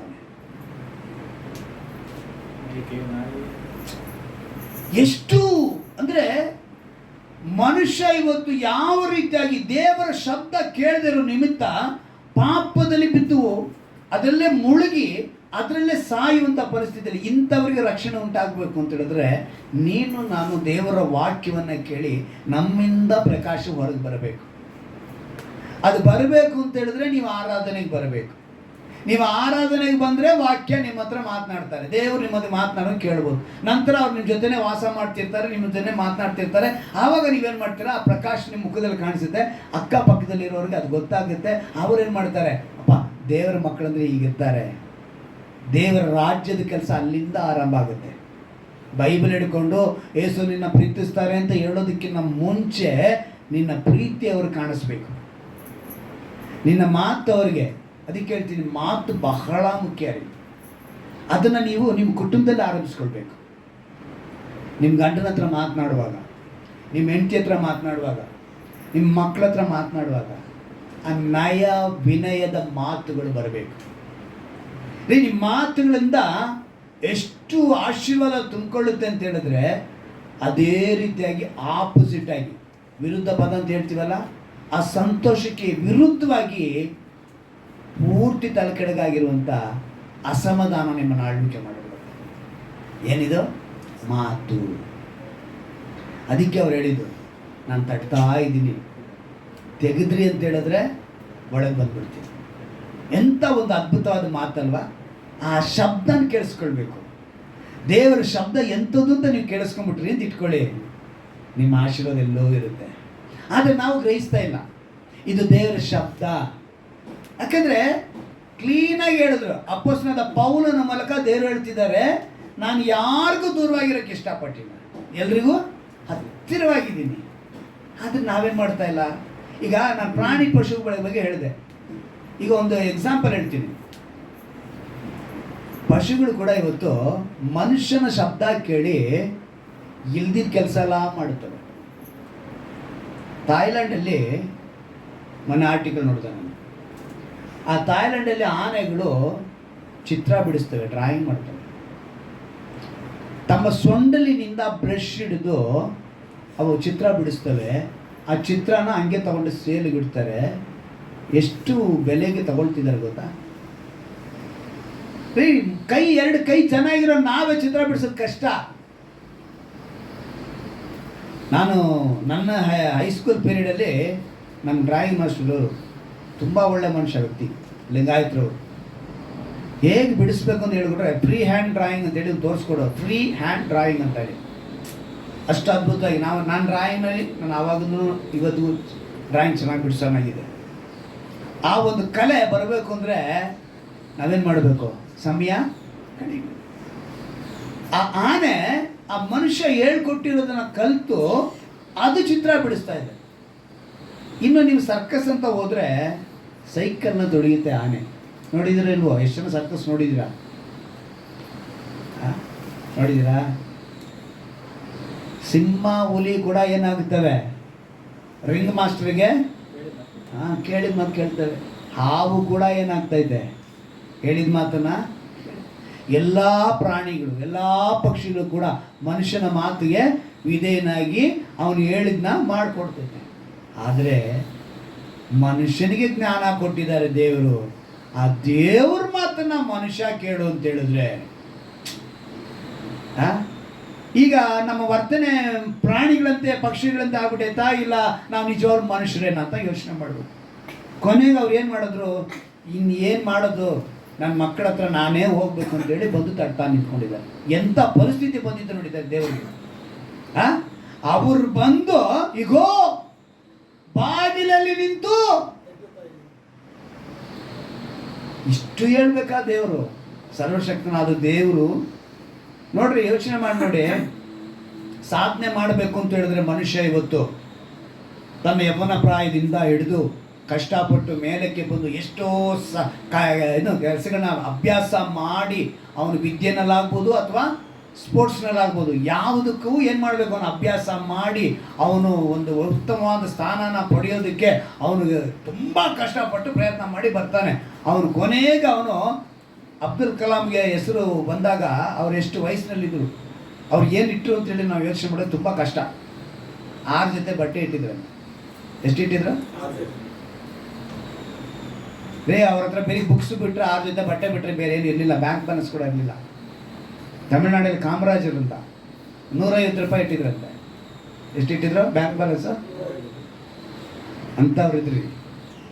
ಇವತ್ತು ನಾವೇನಾಗಿದ್ದೀವಿ, ಅದಕ್ಕೆ ದೇವರು ಹೇಳ್ತಿದ್ದಾರೆ, ನೀವು ಅವರೊಂದಿಗೆ ಮಾತನಾಡಿದ್ರೆ ಅವೆಲ್ಲ ನಿಮ್ಗೆ ಅರ್ಥ ಆಗುತ್ತೆ. ಈ ಪ್ರಾಣಿಗಳನ್ನ ಅವನು ಎಷ್ಟು ಹೇಳ್ಕೊಡ್ತಾನೆ ಅಂತ ಹೇಳ್ತೀನಿ ತಿಳ್ಕೊಳ್ಳಿ. ತನಗೆ ಎಷ್ಟು ಬಿಸ್ನೆಸ್ ಮಾಡ್ಕೊಳ್ಬೇಕೋ ಅಷ್ಟು ಮಾತ್ರ ಹೇಳ್ಕೊಡ್ತಾನೆ, ಬೇರೆಲ್ಲ ಹೇಳ್ಕೊಡಲ್ಲ ಪ್ರಾಣಿಗಳಿಗೆ. ಅದು ಬರಬೇಕು, ಆ ಕೆಲಸ ಮುಗಿಸ್ಬೇಕು, ಹೋಗ್ಬೇಕು. ಅದು ಬರಬೇಕು, ಆ ಕೆಲಸ ಮುಗಿಸ್ಬೇಕು, ಹೋಗ್ಬೇಕು. ಬರಬೇಕು, ಕೆಲಸ ಮುಗಿಸ್ಕೊಂಡು ಹೋಗ್ಬೇಕು. ಅಂದರೆ ಒಂದು ಟೈಮ್ ಫಿಕ್ಸ್ ಮಾಡ್ತಾನೆ. ಈ ಟೈಮಲ್ಲಿ ನೀನೇನು ಮಾಡಬೇಕು, ಬರಬೇಕು, ಕೆಲಸ ಮುಗಿಸ್ಬೇಕು, ಟೈಮ್ ಫಾಲೋ ಮಾಡುತ್ತೆ. ನಮಗೆ ಟೈಮ್ ಅಂದ್ರೆ ಗೊತ್ತಿಲ್ಲ, ನಮಗೇನು ಗೊತ್ತಿಲ್ಲ. ಆದರೆ ಟೈಮ್ನ ಕಂಡಿಡ್ದಂಥ ನಮಗೆ ಟೈಮ್ ಬಗ್ಗೆ ನಮಗೇನು ಗೊತ್ತಿಲ್ಲ, ಟೈಮ್ ಬಗ್ಗೆ ಗೊತ್ತಿಲ್ಲ. ಆರಾಧನೆಯಲ್ಲಾಗಲಿ, ನಾವು ಯಾವುದೋ ಒಂದು ವಿಷಯದಲ್ಲಾಗಲಿ, ಕ್ರೈಸ್ತರು ಮೊದಲನೇದಾಗಿ ಪಂಕ್ಚುಯಾಲಿಟಿ ಇರಬೇಕು. ಒಂದು ವಿಷಯ ಹೇಳಿದ್ರೆ ಅದು ಪ್ರಾಮಾಣಿಕತೆಯಿಂದ ಮಾಡೋರಾಗಿರ್ಬೇಕು. ಆ ಪಂಕ್ಚುಯಾಲಿಟಿ ಬರಬೇಕು. ಪ್ರಾಣಿಗಳಿಗೆ ಅಷ್ಟು ಟ್ರೈನಿಂಗ್ ಕೊಟ್ಟು ಅವ್ನು ಮಾಡಿ ಅವನ್ನೆಲ್ಲ ಮಾಡಿದ್ರು ಕೂಡ ಆ ಪ್ರಾಣಿಗಳು ಏನು ಮಾಡ್ತವೆ, ಅವ್ನು ವಿಧೇಯನಾಗ್ತವೆ. ಥಾಯ್ಲೆಂಡಲ್ಲಿ ಡಾಲ್ಫಿನ್ ತುಂಬ ವಿಶೇಷ, ಆನೆಗಳದ್ದು ವಿಶೇಷ, ಎಲ್ಲ ಕಡೆದು ಆ ರೀತಿ. ನಾನು ಹೇಳಕ್ಕೆ ಬಂದರೆ ಈ ಪ್ರಾಣಿಗಳು ಮಾತು ಕೇಳ್ತವೆ, ಅದ್ರ ಮನುಷ್ಯ ಮಾತು ಕೇಳ್ತಾ ಇಲ್ಲ. ನಮ್ಮ ದೇವರಿಗೆ ಒಂದು ಹೆಸರಿದೆ ಅಂತ ಹೇಳಿದೆ. ಏನಂತ ಹೇಳಿದ್ರು? ಮಾತನಾಡುವ. ಅವ್ರು ನಿಮ್ಗೆ ಮಾತನಾಡಬೇಕು. ಕಷ್ಟಪಟ್ಟು ನಮ್ಮನ್ನು ನೋಡಿ, ಕೆಲವರು ಹೇಳ್ತಾರೆ ಮದುವೆ ಮಾಡಿಸ್ತೇರಿ, ಗಂಡು ಹೆಣ್ಣನ್ನ ಒಂದು ಮದುವೆ ಮಾಡಿಸ್ತೇವೆ.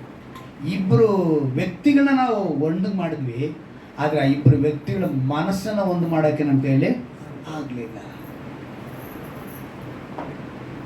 ಯಾಕಂದರೆ ಕೆಲವು ವಿಷಯದಲ್ಲಿ ಮದುವೆ ಸಮಯದಲ್ಲಿ ಏನು ಗೊತ್ತಾ, ಮೌನಂ ಸಮ್ಮತಂ ಅಂತ ಹೇಳ್ತಾರೆ. ಏನಂತೆ?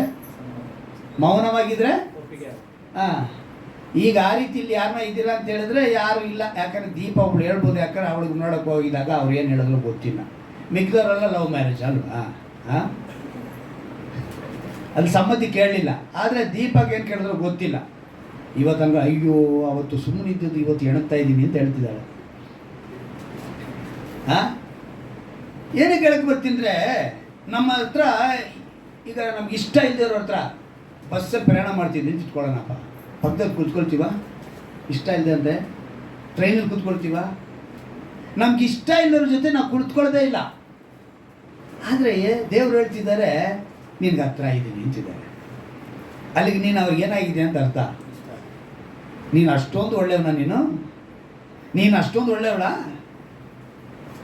ಆದರೆ ಅವ್ರು ಹೇಳ್ತಿದ್ದಾರೆ ನೀನು ಹತ್ತಿರದಲ್ಲಿ ಇದ್ದೀನಿ ಅಂತ ಹೇಳ್ತಿದ್ದಾರೆ, ನಾನು ದೂರವಾಗಿಲ್ಲ ನಿಮಗೆ ಅಂತ ಹೇಳ್ತಿದ್ದಾರೆ.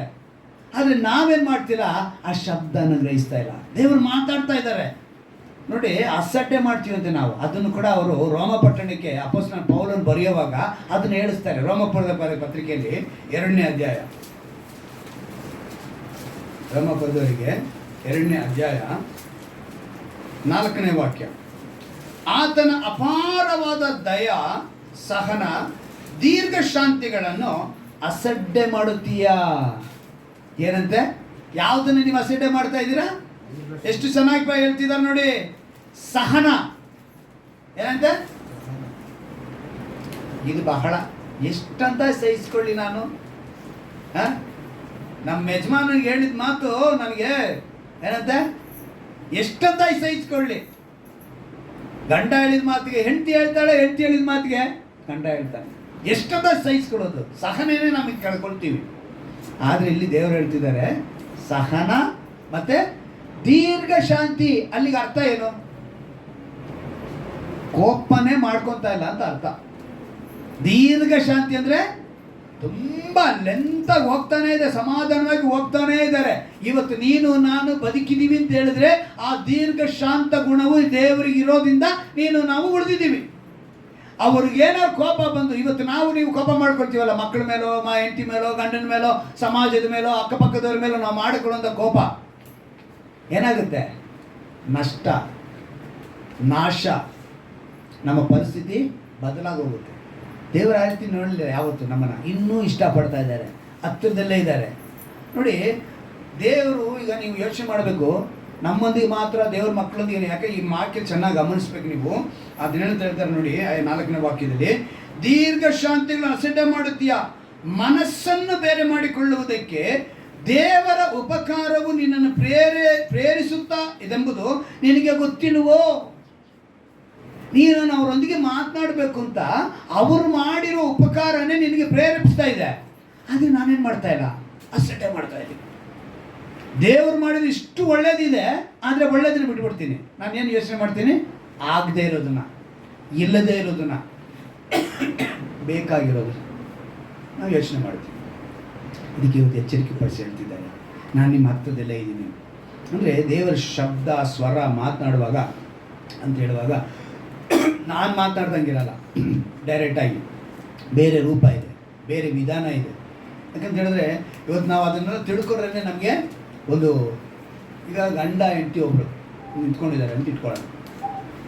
ಹೆಂಡತಿ ಯಾರ ಹತ್ರನೂ ಮಾತಾಡ್ತಾ ಇದ್ದಾರೆ. ಅವ್ರು ಮಾತನಾಡುವಾಗ ಏನೋ ಒಂದು ಬಾಯಿಂದ ಒಂದು ಪದ, ಒಂದು ಮಾತು ಬರ್ತಾ ಇದೆ. ಇಲ್ಲಿಂದ ಗಂಡ ಅನ್ನ ಅರ್ಥ ಆಯ್ತಾ? ಹೆಂಡತಿ ಚಕ್ಕದ ಮಾತನ್ನ ನಿಲ್ಲಿಸ್ಬಿಟ್ಲು. ಏನಾಯ್ತು? ಮಾತನ್ನ ನಿಲ್ಲಿಸ್ಬಿಟ್ಲು. ಇನ್ನು ಕೆಲವರು ಹಿಂಗಂತಾರೆ. ಯಾರಿಗೆ? ಅದೇ ರೀತಿ ಗಂಡ ಕೂಡ ಎಲ್ಲನ ಮಾತನಾಡುವಾಗ ಹೆಂಡತಿ ಹೇಳ್ತಾರೆ ಅಂದ್ರೆ. ಇವಾಗ ಇಲ್ಲಿ ಏನಾದ್ರು ಶಬ್ದ ಬಂತ? ಶಬ್ದನೇ ಬಂತಿಲ್ಲ. ಆದ್ರೆ ಏನ್ ಬಂತಿಲ್ಲಿ? ಸೈಗೆ. ಅಂದ್ರೆ ಏನು? ಇದು ಮಾಡಬೇಡ ಅಂತೇಳಿ ಮನುಷ್ಯನಾಗಿರಂತ ನೀನು. ಈಗ ದರಿದ್ರದ ಒಂದು ಕೆಲಸ ಹೇಳ್ತೀನಿ ತಿಳ್ಕೊಳ್ಳಿ. ಈ ದರಿದ್ರ ಸೈಗೆ ಕೂಡ ಒಂದಿದೆ. ಕಾಲೇಜ್ಗೆ ಹೋಗೋ ಹುಡುಗಿ ಹಿಂಗೆ ಬುಕ್ ಹಿಂಗೆ ಇಟ್ಕೊಂಡ್ಲಂತೆ. ಏನಂತೆ? ಹಿಂಗೆ. ಇದ್ರ ಅರ್ಥ ನಮ್ಮಪ್ಪ ಹಿಂದೆ ಇದ್ದಾನೆ ಅಂತ ಅರ್ಥ. ಯಾರಿಗೆ ಹೇಳ್ತಿದ್ದಾಳೆ? ಬಾಯ್ ಫ್ರೆಂಡ್ಗೆ. ಬುಕ್ ಕೆಳಗೋಯ್ತಂತೆ. ಇದ್ರ ಅರ್ಥ ಏನು ಅಂತ ಹೇಳಿದ್ರೆ ನಮ್ಮಮ್ಮ ಹಿಂದಿದ್ದಾರೆ ಅಂತ ಅರ್ಥ. ಮುಂದಿದ್ರೆ ಮೇಲಿದ್ರೆ ಅಪ್ಪ ಹಿಂದಿದ್ದಾರೆ, ಬುಕ್ ಕೆಳಗಿದ್ರೆ ಅಮ್ಮ ಹಿಂದಿದ್ದಾರೆ. ಇದೊಂಥರ ಗುರುತು. ಯಾರಿಗೆ? ಹುಡುಗಿ. ಹಸಿರು ಬಟ್ಟೆ ಹಾಕೊಂಬಂದ್ರೆ ಮನೇಲಿ ಯಾರು ಇಲ್ಲ, ಮನೆಗೆ ಬಂದ್ಬಿಡು ಅಂತ ಅರ್ಥ. ಇಂಥ ದರಿದ್ರ ಕೋಡು ಮಾತುಗಳು ಕೂಡ ಇವತ್ತು ಪ್ರಪಂಚದಲ್ಲಿ ನಡೀತದೆ. ಅದ್ಯಾರೋ ಒಬ್ರು ಹೇಳ್ತಾರೆ, ಈ ಕಡೆ ಮಾಡಿ ಆ ಕಡೆ ಮಾಡಿ, ಮಾತೇ ಇಲ್ಲ. ಯಾಕಂದರೆ ಇವಾಗೆಲ್ಲ ಇನ್ಸ್ಟಾಗ್ರಾಮಲ್ಲಿ ಚಾಟಿಂಗ್ ನಡೆಯುತ್ತೆ, ಅವೆಲ್ಲ ನಡೆಯುತ್ತೆ. ಕೆಲವು ಬೇರೆ ಥರ ಇರ್ತವೆ. ಇನ್ನು ಕೆಲವರು ಇದ್ದಾರೆ ಈ ಮಾಡಿಯಿಂದ ಆ ಮಾಡಿಯಿಂದ, ಬರೀ ನೋಟದಲ್ಲೇ ದೊಡ್ಡ ಸೇತುವೆ ಕಟ್ಟಿ ಕೊನೆಗೆ ಮದುವೆವರೆಗೂ ಬಂದ್ಬಿಡ್ತು. ಕೇಳಿದ್ರೆ ಬರೀ ನೋಟದಲ್ಲೇ ನಮ್ಮ ಮದುವೆ ಫಿಕ್ಸ್ ಆಗೋಯ್ತು. ಮನುಷ್ಯರಾಗಿರುವಂಥ ನೀವುಗಳೇ ಇಷ್ಟೊಂದು ರೂಟ್ಗಳು ಇಟ್ಟಿರುವಾಗ ದೇವ್ರಿಗೆ ರೂಟ್ ಇದೆಯಾ? ರೂಟ್ ಇರಲ್ವಾ? ನಿಮ್ಮೊಂದಿಗೆ ಮಾತನಾಡೋದಕ್ಕೆ. ಸೊ ಆರಾಧನೆಗೆ ಬಂದಾಗ ಆರಾಧನೆಯಲ್ಲಿ ಯಾವ್ಯಾವ ವಿಧಾನದಲ್ಲಿ ಅವ್ರು ನಿಮ್ಮೊಂದಿಗೆ ಮಾತನಾಡ್ತಾರೆ ಅನ್ನೋದನ್ನ ನೀವಲ್ಲಿ ಬಂದ್ರೆ ಗೊತ್ತಾಗೋದು. ಅಥವಾ ನೀವು ನಡ್ಕೊಂಡು ಹೋಗ್ಬೇಕಿರೋ ನಿಮ್ಮ ಜೊತೆ ಎಲ್ಲಿ ಬೇಕಾರು, ಹೆಂಗೆ ಬೇಕಾರು, ಏನೇ ಬೇಕಾರು ದೇವರು ಮಾತನಾಡೋದಕ್ಕೆ ಇಷ್ಟಪಡ್ತಾರೆ. ಸೃಷ್ಟಿಕರ್ತನಿಗೆ ಎಷ್ಟೋ ವಿಧಾನ ಇದೆ ಮಾತನಾಡೋದಕ್ಕೆ. ಭಾಷೆ ಇಲ್ಲ, ಆಯಿತಾ? ಎಷ್ಟೋ ನಾವು ನೋಡ್ತೀವಿ. ಆ ರೀತಿ ಇವತ್ತು ಈಗ ಒಂದು ಪ್ರಶ್ನೆ ಬರಬೇಕು ನಮ್ಮ ಹತ್ರ. ಏನಂತ ಹೇಳಿದ್ರೆ, ಯೋಸೇಫನ ಕಾಲ, ಮೋಶೆ ಕಾಲ ಬಹಳ ತುಂಬ ವ್ಯತ್ಯಾಸ ಇದೆ. ಯಾವ ಕಾಲಕ್ಕೆ? ಮೋಶೆ ಕಾಲಕ್ಕೂ ಯೋಸೇಫನ ಕಾಲಕ್ಕೂ. ಯೋಸೇಫನ ಕಾಲದಲ್ಲಿ ಧರ್ಮಶಾಸ್ತ್ರ ಇರಲಿಲ್ಲ. ಯಾಕಂದರೆ ಧರ್ಮಶಾಸ್ತ್ರ ಬರೆದಿದ್ದೆ ಯಾರು? ಮೋಶೆ. ಧರ್ಮಶಾಸ್ತ್ರ ಅಂದ್ರೆ ಯಾವುದು? ಆದಿಕಾಂಡ, ವಿಮೋಚನ ಕಾಂಡ, ಯಾಜಕಕಾಂಡ, ಅರಣ್ಯಕಾಂಡ, ಧರ್ಮೋಪದೇಶ ಕಾಂಡ. ಇದನ್ನ ಇನ್ನೊಂದು ಇಬ್ರಿಯ ಭಾಷೆಯಲ್ಲಿ ತೋರಾ ಅಂತಾರೆ. ಎಂತ ಹೇಳ್ತಾರೆ? ತೋರಾ. ಈ 5 ಕಾಂಡಗಳೇ ಧರ್ಮಶಾಸ್ತ್ರಗಳು. ಈ ಧರ್ಮಶಾಸ್ತ್ರಗಳು ಬಂದಾಗಲೇ ದೇವರು ತನ್ನ ಅನೇಕ ವಿಷಯಗಳನ್ನ ಮೋಶೆಯ ಮೂಲಕ ಇಸ್ರಾಯೇಲರಿಗೆ ತಿಳಿಯಪಡಿಸ್ತಾರೆ. ಆದರೆ ಯೋಸೇಫನ ಕಾಲದಲ್ಲಿ ಏನೂ ಇರಲಿಲ್ಲ. ಕೆಲವರು ಪ್ರಶ್ನೆ ಕೇಳಿದ್ದಾರೆ ನನ್ನ ಹತ್ರ, ಅಲ್ಲ ಮೋಶೆ ಕಾಲಕ್ಕೆ ಧರ್ಮಶಾಸ್ತ್ರ ಬಂದಿದ್ದು, ಆದರೆ ಯೋಸೇಫನ ಕಾಲದಲ್ಲಿ ಧರ್ಮಶಾಸ್ತ್ರ ಇರಲಿಲ್ಲ. ಆದರೆ ಯೋಸೇಫನಿಗೆ ಹೆಂಗೆ ಗೊತ್ತಾಯಿತು ನಾನು ವ್ಯಭಿಚಾರ ಮಾಡಬಾರ್ದು ಅನ್ನೋ ಆಜ್ಞೆ? ದಶಾಜ್ಞೆಗಳಲ್ಲಿ ಅದೊಂದು. ಯಾವುದು? ವ್ಯಭಿಚಾರ ಮಾಡಬಾರ್ದು ಅನ್ನೋದು ದಶಾಜ್ಞೆಗಳಲ್ಲಿ ಒಂದು. ಆದರೆ ಯೋಸೇಫನಿಗೆ ಇದು ಹೆಂಗೆ ಗೊತ್ತಾಯಿತು ನೋಡಿ. ನೀವು ಯೋಸೇಫನ ಒಂದು ಸ್ಟೋರಿನ ಗಮನಿಸಿದ್ರೆ ಅವನಿಗೆ ವಿರೋಧವಾಗಿ ಅವನ ಅಣ್ಣಂದ್ರೆ ಬರ್ತಾರೆ. ಕಾರಣ ಏನು ಅಂತ ಹೇಳಿದ್ರೆ ಅವನೊಂದು ಹೇಳ್ತಾನೆ, ಅವನು ಸಿವುಡುಗಳನ್ನ ಕಟ್ತಾನೆ. ಸಿವುಡು ಅಂದ್ರೆ ಗೊತ್ತಲ್ಲ, ಹುಲ್ಲಿನ ಹೊರೆ ಥರ ಇರ್ತಲ್ಲ ಸಿವುಡು, ಅದನ್ನು ಕಟ್ತಾನೆ. ಅದನ್ನು ಕಟ್ಟಬೇಕಿದ್ರೆ ಅವನು ಹೇಳ್ತಾನೆ, ಒಂದು ಸಿವುಡು ನಿಂತ್ಕೊಂಡಿದೆಯಂತೆ, ಮಿಕ್ಕಿದೆಲ್ಲ ಸಿವುಡುಗಳೇನಾಗಿದೆ ಅಂತೆ ತಲೆಬಾಗಿ. ಇದನ್ನ ಅವನು ಹೇಳಿದ ತಕ್ಷಣ ಅವ್ರ ಅಣ್ಣಂದ್ರಲ್ಲಿ ಹೇಳ್ತಾರೆ, ಹಂಗಾದ್ರೆ ನಾವೆಲ್ಲ ನೀನು ಕಾಲಿಗೆ ಬೀಳ್ತೀವಿ ಅಂತ ಹೇಳ್ತೀಯನೋ ನೀನು? ಓಹೋ, ದೇವ್ರು ನಿನ್ನೊಂದಿಗೆ ಮಾತ್ರನೇ ಮಾತನಾಡುವುದಾ ಏನೋ? ಯೋಚನೆ ಮಾಡಿ ನೋಡಿ. ಆ ಒಂದು ಘಟನೆನ ನೆನೆಸ್ಕೊಂಡ್ರೆ ದೇವರು ತನ್ನ ಉದ್ದೇಶವನ್ನು ನೆರವೇರಿಸಬೇಕು, ತಾನು ಮಾತನಾಡಬೇಕು ಅಂತ ಹೇಳಿ ಯೋಸೇಫನೊಂದಿಗೆ ಕನಸಿನ ಮೂಲಕ ಮಾತನಾಡಿದ್ದಾರೆ. ಹೆಂಗೆ ಮಾತಾಡಿದ್ದಾರೆ ದೇವರು? ಕನಸಿನ ಮೂಲಕ. ದೇವರು ಮಾತನಾಡೋದಕ್ಕೆ ಇನ್ನೂ 2ನೇ ಅಧ್ಯಾಯದ 15ನೇ ವಾಕ್ಯದಲ್ಲಿ ಒಂದು ಮಾತು ಬರೆಯಲ್ಪಟ್ಟಿದೆ, ತಮಗೆ ಧರ್ಮ ಪ್ರಮಾಣವಾಗಿದ್ದಾರೆ. ಹೇಗೆಂದರೆ ಅವರು ಧರ್ಮಶಾಸ್ತ್ರದ ಮುಖ್ಯ ತಾತ್ಪರ್ಯ ತಮ್ಮ ಹೃದಯದಲ್ಲಿ ಬರೆದಿದೆ ಎಂಬುದನ್ನು ತೋರ್ಪಡಿಸುತ್ತಾರೆ. ಇದಕ್ಕೆ ಅವರ ಮನಸ್ಸು ಸಹ ಸಾಕ್ಷಿ ನುಡಿಯುತ್ತದೆ. ಏನು ನುಡಿಯುತ್ತದೆ? ಅಲ್ಲಿಗೆ ಯೋಸೇಫನ ಕಾಲದಲ್ಲಿ ಧರ್ಮಶಾಸ್ತ್ರ ಇರಲಿಲ್ಲ, ಏನಿತ್ತು? ಮನಸ್ಸೆಂಬ ಸಾಕ್ಷಿ ಇತ್ತು. ಅನ್ಯರೊಂದಿಗೆ ದೇವರು ಮಾತನಾಡುವ ವಿಧಾನ. ಇವತ್ತು ಭೂಮಿ ಮೇಲೆ ಯಾರೇ ಬೇಕಾದ್ರೆ ನಾಳೆ ನನಗೆ ಗೊತ್ತೇ ಇಲ್ಲ ಅಂತ ಹೇಳೋ ಹಾಗೆ ಇಲ್ಲ. ದೇವರು ಸ್ಪಷ್ಟವಾಗಿ ಹೇಳ್ತಾರೆ, ಮನಸ್ಸೆಂಬ ಸಾಕ್ಷಿನ ಅವ್ರು ಕೊಟ್ಟಿದ್ದಾರೆ, ಮನಸ್ಸಾಕ್ಷಿ ಕೊಟ್ಟಿದ್ದಾರೆ. ಆ ಮನಸ್ಸಾಕ್ಷಿ ಹೇಳುತ್ತೆ. ನಮಗೂ ನಿಮಗೂ ಆ ಅನುಭವ ಆಗೇ ಆಗಿರುತ್ತೆ. ಮನಸ್ಸಾಕ್ಷಿ ಹೇಳ್ತಾ ಇರುತ್ತೆ, ಈ ಕೆಲಸ ಮಾಡಬೇಡ, ಇದು ತಪ್ಪು, ದೇವರಿಗೆ ವಿರೋಧವಾದದ್ದು, ಇಂಥ ಸ್ಥಳಕ್ಕೆ ಹೋಗಬೇಡ, ಅವರೊಂದಿಗೆ ಮಾತನಾಡಬೇಡ, ಇವರ ಸಂಪರ್ಕ ಬೇಡ, ಈ ಅಭ್ಯಾಸ ಬೇಡ, ಇದು ನಿನಗೆ ಒಳ್ಳೇದಲ್ಲ, ಎಲ್ಲ ಹೇಳುತ್ತೆ. ಯಾವುದು? ಮನಸ್ಸಾಕ್ಷಿ. ಯೋಸೇಫನಿಗೆ ಆ ಮನಸ್ಸಾಕ್ಷಿ ಇತ್ತು. ಮೋಶೆ ಕೊಟ್ಟ ದಶಾಜ್ಞೆಗಳಲ್ಲಿ ಆ ಮಾತನ್ನ ಅಂದು ಧರ್ಮಶಾಸ್ತ್ರದ ಇಲ್ಲ ಅಂದ್ರೂ ಕೂಡ ಇವನಿಗೇನಿತ್ತು? ಮನಸ್ಸಾಕ್ಷಿ ಇತ್ತು. ದೇವರು ಮಾತನಾಡುವ ವಿಧಾನ ಬಹಳ ಇದೆ. ಒಡಂಬಡಿಕೆಯಲ್ಲಿ ಈಗ ನೀವು TV ನ್ಯೂಸು, ಹಳೆ ನ್ಯೂಸ್ಗಳಲ್ಲೂ ಇತ್ತು, ಇವಾಗಲೂ ಕೂಡ ಈ ಕಿವುಡರಿಗೆ ಮೂವರಿಗೆ ಒಂದು ಸೈಗೆ ಮೂಲಕ ಒಂದು ಮಾತನಾಡ್ತಾರೆ, ನ್ಯೂಸ್ ಹೇಳ್ತಾರೆ, ಗೊತ್ತಲ್ವಾ? ಮೋನ್ಸ್ ಲಾಜರಸ್ ಕೂಡ ಮೆಸೇಜ್ನಲ್ಲಿ ಇವಾಗ ಅದನ್ನು ಆ್ಯಡ್ ಮಾಡಿದ್ದಾರೆ. ಮೂಕರಿಗೆ ಮತ್ತು ಕಿವುಡರಿಗೆ ಏನಾಗಬೇಕು, ಅಂಗವಿಕಲರಿಗೆ ಏನು ಗೊತ್ತಾಗಬೇಕು, ಆ ನ್ಯೂಸ್ ಗೊತ್ತಾಗಬೇಕು ಅಂದರೆ, ಆ ವಿಷಯ ಗೊತ್ತಾಗಬೇಕು ಅಂದರೆ, ಆ ಸಂದೇಶ ಗೊತ್ತಾಗೋದಕ್ಕೆ ಅವರೊಂದು ಕೈಗಳಿಂದ ಹಿಂಗೆ ಮಾತನಾಡ್ತಾರೆ. ಆ ಭಾಷೆ ಅವ್ರಿಗೆ ಅರ್ಥ ಆಗುತ್ತೆ, ನಮಗೆ ಅರ್ಥ ಆಗಲ್ಲ. ಮನುಷ್ಯರಾಗಿರುವ ನಾವುಗಳ ಇಷ್ಟು ವಿಧಾನ ಕಂಡು ಹಿಡ್ಕೊಂಡಿರುವಾಗ ದೇವರು ಏನು ಮಾಡ್ತಾರೆ? ಕನಸಿನ ಮೂಲಕ. ಇನ್ನೂ ಒಂದು ವಿಷಯ ಹೇಳ್ತೀನಿ, ಸ್ಪರ್ಶದಿಂದ ಕೂಡ ನಾವು ಮನುಷ್ಯರೊಂದಿಗೆ ಮಾತಾಡಿ. ಈಗ ಯಾವುದೋ ಒಂದು ಸಾಮಾನ್ಯಗೆ ಹೋಗಿದ್ದೀನಿ ಅಂತ ಇಟ್ಕೊಳ್ಳಿ, ಅಲ್ಲಿ ಹೋಗಿ ನಾವು ಮಾತನಾಡುವ ವಿಧ ಹೆಂಗಿರುತ್ತೆ? ಕಿರ್ಚಿ ಮಾತನಾಡ್ತೀವ, ಹೋಗಿ ಅವ್ರನ್ನೇನು ಮಾಡ್ತೀವಿ? ಫಸ್ಟ್ ಒಂದು ಹಗ್ಗು ಹಿಂಗೆ ಅದು ಕೈ ಮೇಲೆ, ಆ ಭುಜದ ಮೇಲೆ ಕೈ ಹಾಕಿ ಹಿಂಗೆ ಅಂದಾಗ ಅವ್ರಿಗೊಂಥರ ಸಂತೈಸುವಿಕೆ, ಆದರಣೆ ಅಲ್ವಾ? ಇನ್ನು ಕೆಲವ್ರು ಏನು ಮಾಡ್ತೀವಿ, ಪಕ್ಕದಲ್ಲಿ ಕುತ್ಕೊಂಡು ಅವ್ರ ಕೈ ಹಿಡ್ಕೊಂಡಿದ್ಯಾ, ಯೋಚನೆ ಮಾಡಬೇಡ, ಭಯ ಪಡಬೇಡ, ಮಾತಾಡಿಲ್ಲ ಆದರೆ ನೀನೇನು ಮಾಡ್ತಾ ಇದೆಯಾ, ಕೈ ಹಿಡಿದು ಹಂಗೆ. ಇನ್ನು ಕೆಲವರು ಪಕ್ಕದಲ್ಲೇ ಕುತ್ಕೊಂಡು ತೊಡೆ ಮೇಲೆ ಹಂಗೆ ಕೈ ಇಟ್ಟು ಭುಜದ ಮೇಲೆ ಕೈ ಹಾಕಿ, ಎಷ್ಟು ಚಂದವಾಗಿರುತ್ತೆ. ಇದೆಲ್ಲ ನಾವು ಬಾಯಿಂದ ಹೊರಗೆ ಶಬ್ದನೇ ಬಂದಿಲ್ಲ, ಅದು ಏನು ಮಾಡ್ತಾ ಇದ್ದೀವಿ?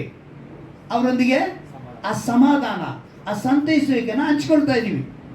ಒಂದು ಸಾಮಾನ್ಯದಲ್ಲಿ ಮನುಷ್ಯ ಮಾಡುವಂಥ ಇಷ್ಟೊಂದು ವಿಧಾನಗಳಿದೆಯೇ, ದೇವರಿಗೆ ಎಷ್ಟು ವಿಧಾನ ಇರುತ್ತೆ. ಯಾಕೆ ಯೋಚನೆ ಮಾಡ್ತಿಲ್ಲ ನಾವು? ಹತ್ತಿರದಲ್ಲೇ ಇದ್ದಾರೆ, ಅವರು ತಟ್ತಾ ಇದ್ದಾರೆ, ಶಬ್ದನ ಕೇಳಿಸ್ಕೋಬೇಕು, ಅವಕಾಶ ಕೊಡಬೇಕು ಒಳಗೆ ಬರೋದಕ್ಕೆ. ಫಲ ಕೊಡ್ತಾರೆ, ನೀನು ಆ ಫಲನ ಅವ್ರು ಕೊಡ್ತೀಯ. ಅದಕ್ಕೆ ಅವ್ರು ವಾಗ್ದಾನವಾಗಿ ನಮ್ಗೆ ಹೇಳಿದ್ದು. ಅನ್ಯರಲ್ಲಿ ಈ ಪ್ರಶ್ನೆ ಬಂದಾಗ ನೋಡಿ, ಧರ್ಮಶಾಸ್ತ್ರ ಅನ್ನೋದು ಬಂದಾಗ ಏನಾಯ್ತು ಗೊತ್ತಾ? ಧರ್ಮಶಾಸ್ತ್ರ ಅನ್ನೋದು ಬಂದಾಗ ಪಾಪಕ್ಕೆ ಜೀವ ಬಂತಂತೆ. ಯಾವುದಕ್ಕೆ? ಅರ್ಥ ಏನು? ಪಾಪಕ್ಕೆ ಜೀವ ಬಂತು ಅಂತ ಅರ್ಥ ಏನು? ಧರ್ಮಶಾಸ್ತ್ರ ಬಂದ ಮೇಲೇನೆ ಇಂಥ ಪಾಪಕ್ಕೆ ಇಂಥ ಶಿಕ್ಷೆ ಅನ್ನೋ ಕಾನೂನಲ್ಲಿ ಕಾಣಿಸ್ತೈತೆ, ನಿಯಮ ಕಾಣಿಸ್ತೈತೆ. ಅಂದರೆ ಮೊದಲೇ ಏನಿತ್ತಲ್ಲಿ ವಾಕ್ಯನ ಓದೋಣವಾ? ರೋಮಾಪುರದವರಿಗೆ 7ನೇ ಅಧ್ಯಾಯದಲ್ಲಿ, ಫಸ್ಟ್ ರೋಮಾಪುರ 5ನೇ ಅಧ್ಯಾಯ ತೆಗೆದುಕೊಳ್ಳಿ. 5ನೇ ಅಧ್ಯಾಯದಲ್ಲಿ 13ನೇ ವಾಕ್ಯವನ್ನು ನಾವು ನೋಡುವಾಗ, ಧರ್ಮಶಾಸ್ತ್ರ ಉಂಟಾಗುವುದಕ್ಕೆ ಮುಂಚೆಯೇ ಪಾಪವು ಲೋಕದಲ್ಲಿತ್ತು. ಎಲ್ಲಿತ್ತಂತೆ ಪಾಪವು? ಈಗ 7ನೇ ಅಧ್ಯಾಯಕ್ಕೆ ಬರೋಣ. 7ನೇ ಅಧ್ಯಾಯಕ್ಕೆ ಬಂದು 7ನೇ ವಾಕ್ಯವನ್ನು ನಾವು ಗಮನಿಸುವಾಗ, ಹಾಗಾದ್ರೆ ಏನು ಹೇಳೋಣ? ಧರ್ಮಶಾಸ್ತ್ರವು ಪಾಪ ಸ್ವರೂಪವೋ? ಎಂದಿಗೂ ಅಲ್ಲ. ಧರ್ಮಶಾಸ್ತ್ರದಿಂದಲೇ ಹೊರತು ಪಾಪವೆಂಬುದು ಏನೋ ನನಗೆ ಗೊತ್ತಾಗುತ್ತಿರಲಿಲ್ಲ. ದೃಷ್ಟಾಂತವಾಗಿ ಆಶಿಸಬಾರದೆಂದು ಧರ್ಮಶಾಸ್ತ್ರವು ಹೇಳದಿದ್ದರೆ ದುರಾಶೆ ಎಂದರೆ ನನಗೆ ಏನೂ ತಿಳಿಯುತ್ತಿರಲಿಲ್ಲ. ಆದರೆ ಪಾಪವು ಈ ಆಜ್ಞೆಯಿಂದ ಅನುಕೂಲ ಹೊಂದಿ ಸಕಲ ವಿಧವಾದ ದುರಾಶೆಗಳನ್ನು ನನ್ನಲ್ಲಿ ಹುಟ್ಟಿಸಿತು. ಧರ್ಮಶಾಸ್ತ್ರವು ಇಲ್ಲದಿರುವಾಗ ಪಾಪವು ಅಚೇತನವಾಗಿದೆ. ಮೊದಲು ನಾನು ಧರ್ಮಶಾಸ್ತ್ರವಿಲ್ಲದವನಾಗಿದ್ದು ಜೀವದಿದ್ದೆನು. ಆಜ್ಞೆಯು ಬಂದಾಗ ಪಾಪಕ್ಕೆ ಜೀವ ಬಂತು. ಧರ್ಮಶಾಸ್ತ್ರ ಬಂದಾಗ ಪಾಪಕ್ಕೆ ಏನು ಬಂದ್ಬಿಡ್ತು? ಜೀವ ಬಂದಿತು. ರೋಮಾಪುರದವರಿಗೆ 7ನೇ ಅಧ್ಯಾಯ 7ನೇ ವಾಕ್ಯದಿಂದ 10ನೇ ವಾಕ್ಯದವರೆಗೆ ಚೆನ್ನಾಗಿ ಗಮನಿಸ್ಕೊಳ್ಳಿ. ನಿಮಗೆ ಅರ್ಥವಾದ ರೀತಿ ಹೇಳ್ತೀನಿ. ಹಾಸ್ಪಿಟ್ಲಿಗೆ ನಾವು ಹೋಗ್ತೀವಿ. ಯಾರು ಹೋದ್ರು ಈಗ ಮೊದಲನೇದಾಗಿ ಮಾಡೋದೇನು ಗೊತ್ತಾ? ತಗೊಂಡು ಒಂದು ಬೆಲ್ಟ್ನ ಸುತ್ತಾರೆ ಇಲ್ಲಿ, ಸುತ್ತಬಿಟ್ಟು ಟೈಟಾಗಿ ಸುತ್ತಿ ನಮ್ಮ ಹತ್ರ ಮಾತು ಕೊಟ್ಕೊಂಡೆ ಇದನ್ನ ಅದಂತಾನೆ. ಏನಪ್ಪ ಇಷ್ಟೊಂದಿದೆ ಬಿ ಪಿ ಅಂತಾನೆ. ಡಾಕ್ಟರ್ ಚೆಕ್ ಮಾಡಿದ ಮೇಲೆ ಬಿ ಪಿ ಬಂತ ಅಥವಾ ಚೆಕ್ ಮಾಡೋದಕ್ಕೆ ಮುಂಚೆ ಬಿ ಪಿ ಇತ್ತ? ಯಾವುದೇ ಟೆಸ್ಟ್ ನಿನ್ನಲ್ಲಿ ಇದ್ದೆ ಅಂತ ಹೇಳೋದಕ್ಕೆ ಟೆಸ್ಟ್ ಮಾಡ್ತೀವಿ ಹೊರತು ನೀನು ಹಾಸ್ಪಿಟಲ್ಗೆ ಹೋಗಿ ಟೆಸ್ಟ್ ಮಾಡಿದ ಮೇಲೆ ನಿನಗೆ ಬಂತು ಅಂತ ಯಾರು ಹೇಳಲ್ಲ. ಅಂದ್ರೆ ಮೊದಲೇ ಏನಿತ್ತು? ಒಳಗಿತ್ತು. ಹಾಗೆಯೇ ಪಾಪವು ಒಳಗೆ ಇತ್ತು. ಯಾವಾಗ ಧರ್ಮಶಾಸ್ತ್ರ ಬಂತು, ಕಾನೂನು ಬಂತು, ಇದಕ್ಕೆ ಇಂಥ ಶಿಕ್ಷೆ ಅಂತ ಬಂತು, ಆವಾಗ ಅದು ಜೀವ ಬಂದ್ಬಿಡ್ತು. ಯಾವುದಕ್ಕೆ? ಪಾಪಕ್ಕೆ ಜೀವ ಬಂತು. ಅದನ್ನೇ ದೇವರು ಹೇಳ್ತಾ ಇರೋದು. ಈಗ ಇದು ಬಂದಿದ ತಕ್ಷಣ ಅಂದ್ರೆ ಇದೆಲ್ಲ ಧರ್ಮಶಾಸ್ತ್ರ ಬಂದ ಮೇಲೆ ಜೀವ ಬಂತು. ಅಂದ್ರೆ ಮೊದಲೇ ಏನಿತ್ತು? ಅದಕ್ಕಿಂತ ಮುಂಚೆ ಏನಿತ್ತು? ಮನಸ್ಸಾಕ್ಷಿ ಇತ್ತು. ಯಾವುದಿತ್ತು? ಯೋಸೇಫನಿಗೆ ಆ ಮನಸ್ಸಾಕ್ಷಿ ಇರೋದು ನಿಮಿತ್ತ ಅವನೇನ್ ಮಾಡ್ತಾನೆ? ತನ್ನ ದಣಿ ನನಗೆ ಎಲ್ಲವನ್ನ ಕೊಟ್ಟಿದ್ದಾನೆ, ಎಂತೆಂತಾನೋ ಅನುಭವಿಸ್ಬಿಟ್ಟ. ಕೊನೆಗೆ ಆ ದಣಿ ತನ್ನ ಹೆಂಡತಿನ ಬಿಟ್ಟು ತನ್ನ ಇಲ್ಲಿ ಇರುವಂತ ಎಲ್ಲದಕ್ಕೂ ಮೇಲೆ ಅಧಿಕಾರ ಕೊಟ್ಟು ಅವನು ಇಡ್ಸಿದ್ದಾನೆ. ಅವನು ಹೇಳ್ತಾನೆ, ನನ್ನ ದಣಿ ಎಲ್ಲದ ಮೇಲೆ ನನಗೆ ಅಧಿಕಾರ ಕೊಟ್ಟಿದ್ದಾನೆ, ನಿನ್ನನ್ನು ಒಬ್ಬಳನ್ನು ಬಿಟ್ಟು ಅಂತ ಹೇಳಿದ್ರೂ ಕೂಡ ಆಕೆ ಏನು ಮಾಡಲಿಲ್ಲ? ಒಪ್ಪಲಿಲ್ಲ. ಈಗ ಇಲ್ಲಿ ಒಂದು ವಿಷಯ ನಿಮ್ಗೆ ಹೇಳ್ತೀನಿ, ಚೆನ್ನಾಗಿ ಗಮನ ಇಟ್ಟು ಕೇಳ್ಕೊಳ್ಳಿ. ಈಗ ಈ ವ್ಯಭಿಚಾರ ಮಾಡಬಾರ್ದು ಅನ್ನೋದು, ಮನಸ್ಸಾಕ್ಷಿ ಅನ್ನೋದು ಯಾರಿಗೆ ಗೊತ್ತಿತ್ತು ಅಂತ ನಾವು ನೋಡಿದ್ವಿ? ಈಗ ಯೋಸೇಫನಿಗೆ ಗೊತ್ತಿತ್ತು. ಪೋಟಿಫರನ ಹೆಂಡತಿಗೆ ಗೊತ್ತಿರಲಿಲ್ವಾ? ಗೊತ್ತಿತ್ತಾ? ಗೊತ್ತಿಲ್ವಾ? ಏನಂತ ಹೇಳ್ತೀರಾ? ಯಾಕಂದ್ರೆ ಈಗ ಒಂದು ಉದಾಹರಣೆಗೆ ಹೇಳ್ತೀನಿ ನಾನು. ಈಗ ಪೋಟಿಫರನ ಹೆಂಡತಿ ಏನು ಮಾಡ್ಬೋದಾಗಿತ್ತು?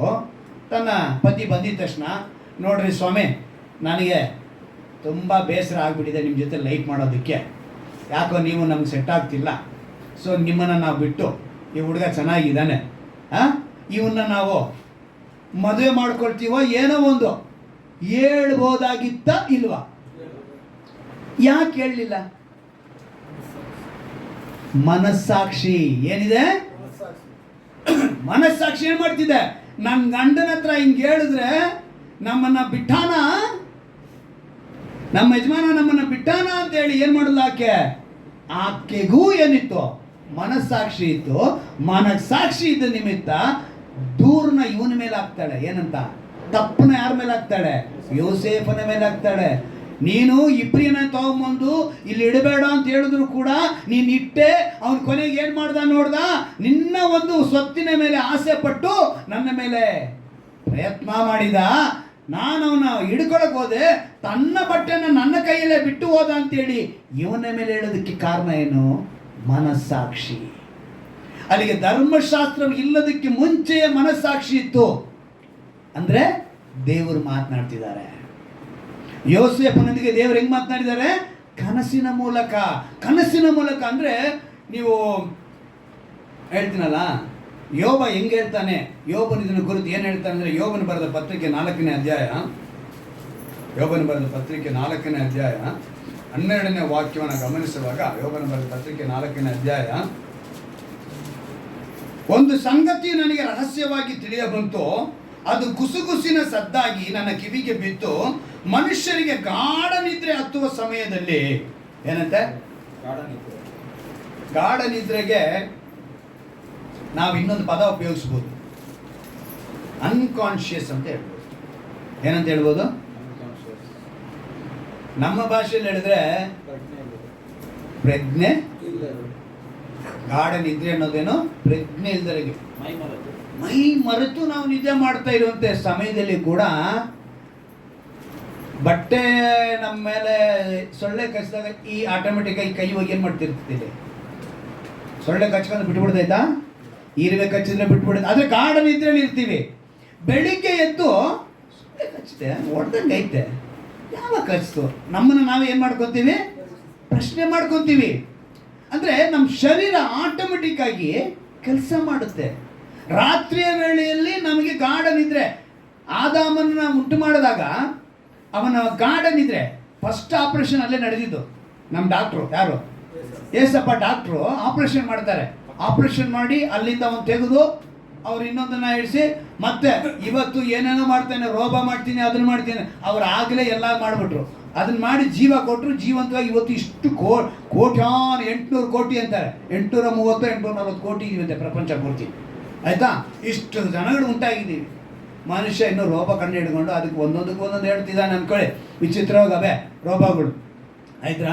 ಆದರೆ ದೇವರು ಫಸ್ಟ್ ಆಪರೇಷನ್ ಮಾಡಿ ಸಕ್ಸಸ್ ಆಗಿ ಅಲ್ಲಿಗೆ ಒಂದು ಹೆಣ್ಣು ಗಂಡು ಅಂತ ಮಾಡಿ ಇವತ್ತು ಸಂತತಿ ಇಷ್ಟು ಬೆಳೆದು ಇಷ್ಟು ದೊಡ್ಡ ಕೆಲಸ ಮಾಡಿದ ಆ ದೇವರಿಗೆ ಎಷ್ಟು ಜ್ಞಾನ ಇರಬೇಕು ನಮ್ಮೊಂದಿಗೆ ಮಾತನಾಡುವ ವಿಧಾನ. ಅಲ್ಲಿಗೆ ದೇವರು ತನ್ನ ಮಕ್ಕಳೊಂದಿಗೆ ಇನ್ನೂ ನೀವು 33ನೇ ಅಧ್ಯಾಯಕ್ಕೆ ಬನ್ನಿ. ಯೋಬನ ಪುಸ್ತಕದಲ್ಲಿ ಯೋಬನೇ ತುಂಬ ಜಾಸ್ತಿ ಬರೆದಿರೋದು. ದೇವರ ಅಸಮಾನವಾದ ದೇವರು, ಅದಕ್ಕೆ ಸಮಾನನೇ ಯಾರಿಲ್ಲ ಅಂತೇಳಿ ಬರೆದಿರುವಂಥ ಒಂದು ವ್ಯಕ್ತಿ. 33ನೇ ಅಧ್ಯಾಯದಲ್ಲಿ 13ನೇ ವಾಕ್ಯದಲ್ಲಿ ಓದ್ತೀನಿ, ಗಮನ ಇಟ್ಟು ಕೇಳಿ. ಭೂಲೋಕವನ್ನು ಆತನ ವಶಕ್ಕೆ ಕೊಟ್ಟವನು ಯಾವನು? ಯಾವನು ಭೂಮಂಡಲವೆಲ್ಲ ಕ್ರಮಪಡಿಸಿದನು? ಆತನು ಸ್ವಾರ್ಥದಲ್ಲಿ ಮನಸ್ಸಿಟ್ಟು ತನ್ನ ಆತ್ಮವನ್ನು, ಅಂದರೆ 34ನೇ ಅಧ್ಯಾಯದಲ್ಲಿ 13ನೇ ವಾಕ್ಯ ಇದು. 33ನೇ ಅಧ್ಯಾಯದಲ್ಲಿ ನಾವು ವಾಕ್ಯವನ್ನು ಗಮನಿಸುವಾಗ ಒಂದು ಅದ್ಭುತವಾದ ಮಾತು ಬರೆಯಲ್ಪಟ್ಟಿದೆ. 13ನೇ ವಾಕ್ಯದಲ್ಲಿ, ಆತನು ನಿನ್ನ ಮಾತುಗಳಿಗೆ ಒಂದಕ್ಕಾದರೂ ಉತ್ತರ ದಯಪಾಲಿಸನೆಂಬುದಾಗಿ ನೀನು ಆತನೊಂದಿಗೆ ವ್ಯಾಜ್ಯವಾಡುವುದೇಕೆ? ಆತನು ಮಾತಾಡುವ ರೀತಿ ಒಂದುಂಟು, ಹೌದು ಎರಡುಂಟು, ಮನುಷ್ಯನಾದರೂ ಲಕ್ಷಿಸುವುದಿಲ್ಲ. ಮನುಷ್ಯರಿಗೆ ಗಾಢ ನಿದ್ರೆ ಉಂಟಾದಾಗಲೂ ಹಾಸಿಗೆ ಮೇಲೆ ಜಂಪು ಹತ್ತಿದಾಗಲೂ. ಏನಂತೆ? ಅಂದರೆ ಏನು ಜಂಪು ಅಂದ್ರೆ ಏನು? ಇಂಗ್ಲಿಷ್ ಜಂಪ್ ಅಲ್ಲ, ಇದು ಕನ್ನಡ ಜಂಪು.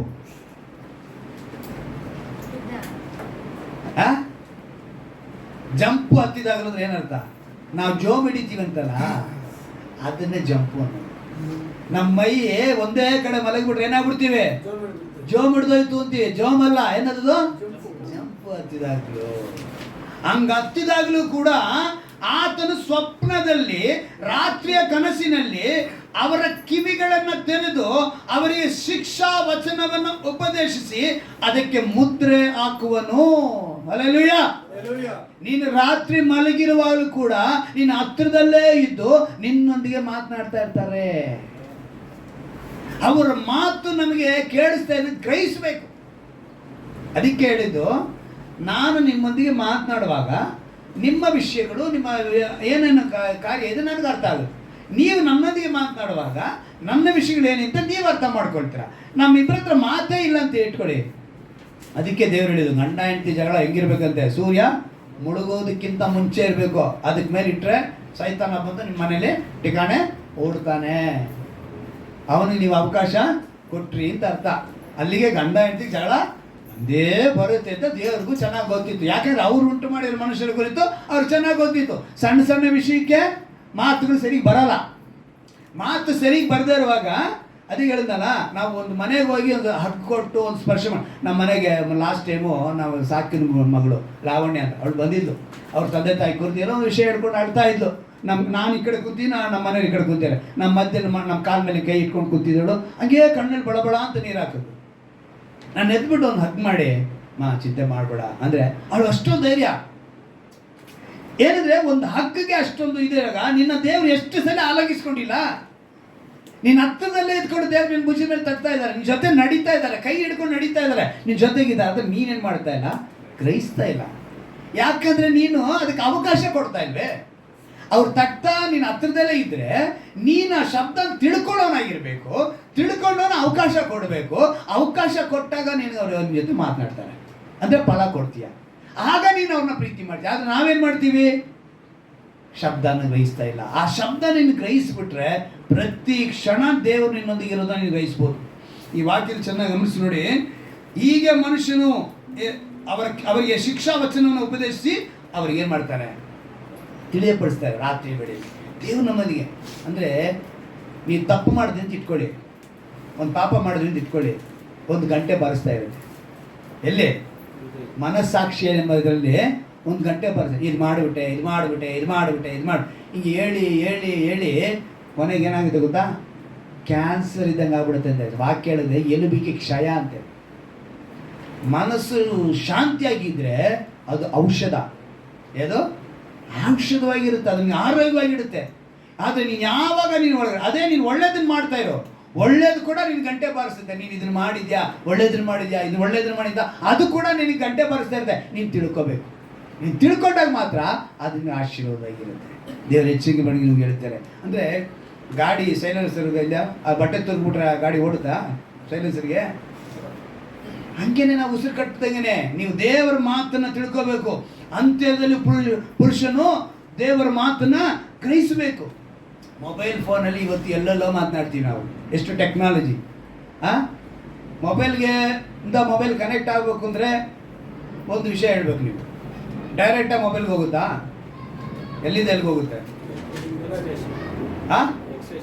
ಫಸ್ಟು ಎಲ್ಲಿಗೆ ಹೋಗ್ಬೇಕು ಗೊತ್ತಾ? ಸ್ಯಾಟಲೈಟ್ಗೆ ಹೋಗ್ಬೇಕು. ಸ್ಯಾಟಲೈಟ್ಗೆ ಹೋಗಿ ಟವರ್ಗೆ ಹೋಗ್ಬೇಕು. ಟವರಿಂದ ಆದರೆ ಏನು ಪಕ್ಕದಲ್ಲಿ ಹಿಂಗೆ ಮಾತಾಡ್ದಂಗೆ ಅಮೇರಿಕಾಗೆ ಮಾತಾಡ್ತೀವಿ, ಲಂಡನ್ಗೆ ಮಾತಾಡ್ತೀವಿ, ನಾವು ಯಾವುದೋ ಊರಲ್ಲಿದ್ದೀವಿ, ನೀವು ಯಾವುದೋ ಊರಲ್ಲಿದ್ದೀರಾ ಮಾತನಾಡ್ತೀವಿ. ಎಷ್ಟು ಸ್ಪೀಡ್ ಇದೆ ನಾವು ಕಂಡಿಡಿದಿರುವಂಥ ಟೆಕ್ನಾಲಜಿ. ಇದನ್ನು ಕಂಡಿಡಿಯೋಕ್ಕೆ ಬುದ್ಧಿ ಕೊಟ್ಟಿರುವಂಥ ದೇವ್ರಿಗೆ ಎಷ್ಟು ಟೆಕ್ನಾಲಜಿ ಇರಬೇಕು. ಹಲ್ಲೆಲೂಯಾ. ಹಾರ್ಟ್ ಆಪ್ರೇಷನ್ ಅಂತ ಹೇಳ್ತೀವಿ ಅಲ್ವಾ? ಎಷ್ಟು ಜನ ಹೇಳಿದೀವಿ ಹಾರ್ಟ್ ಆಪ್ರೇಷನ್ ಅಂತ? ಎಲ್ಲ ನಮ್ಮ ಮನಸ್ಸಿನ ಆಪ್ರೇಷನ್ ನಡೆದಿದೆಯಾ? 103ನೇ ಕೀರ್ತನೆ ವಾಕ್ಯನ ನಾವು ಆರಾಧನೆ ಮುಗಿದ ತಕ್ಷಣ ಹೇಳ್ತೀವಿ. ಏನಂತ ಹೇಳ್ತೀವಿ? ನನ್ನ ಮನೆಯವೇ.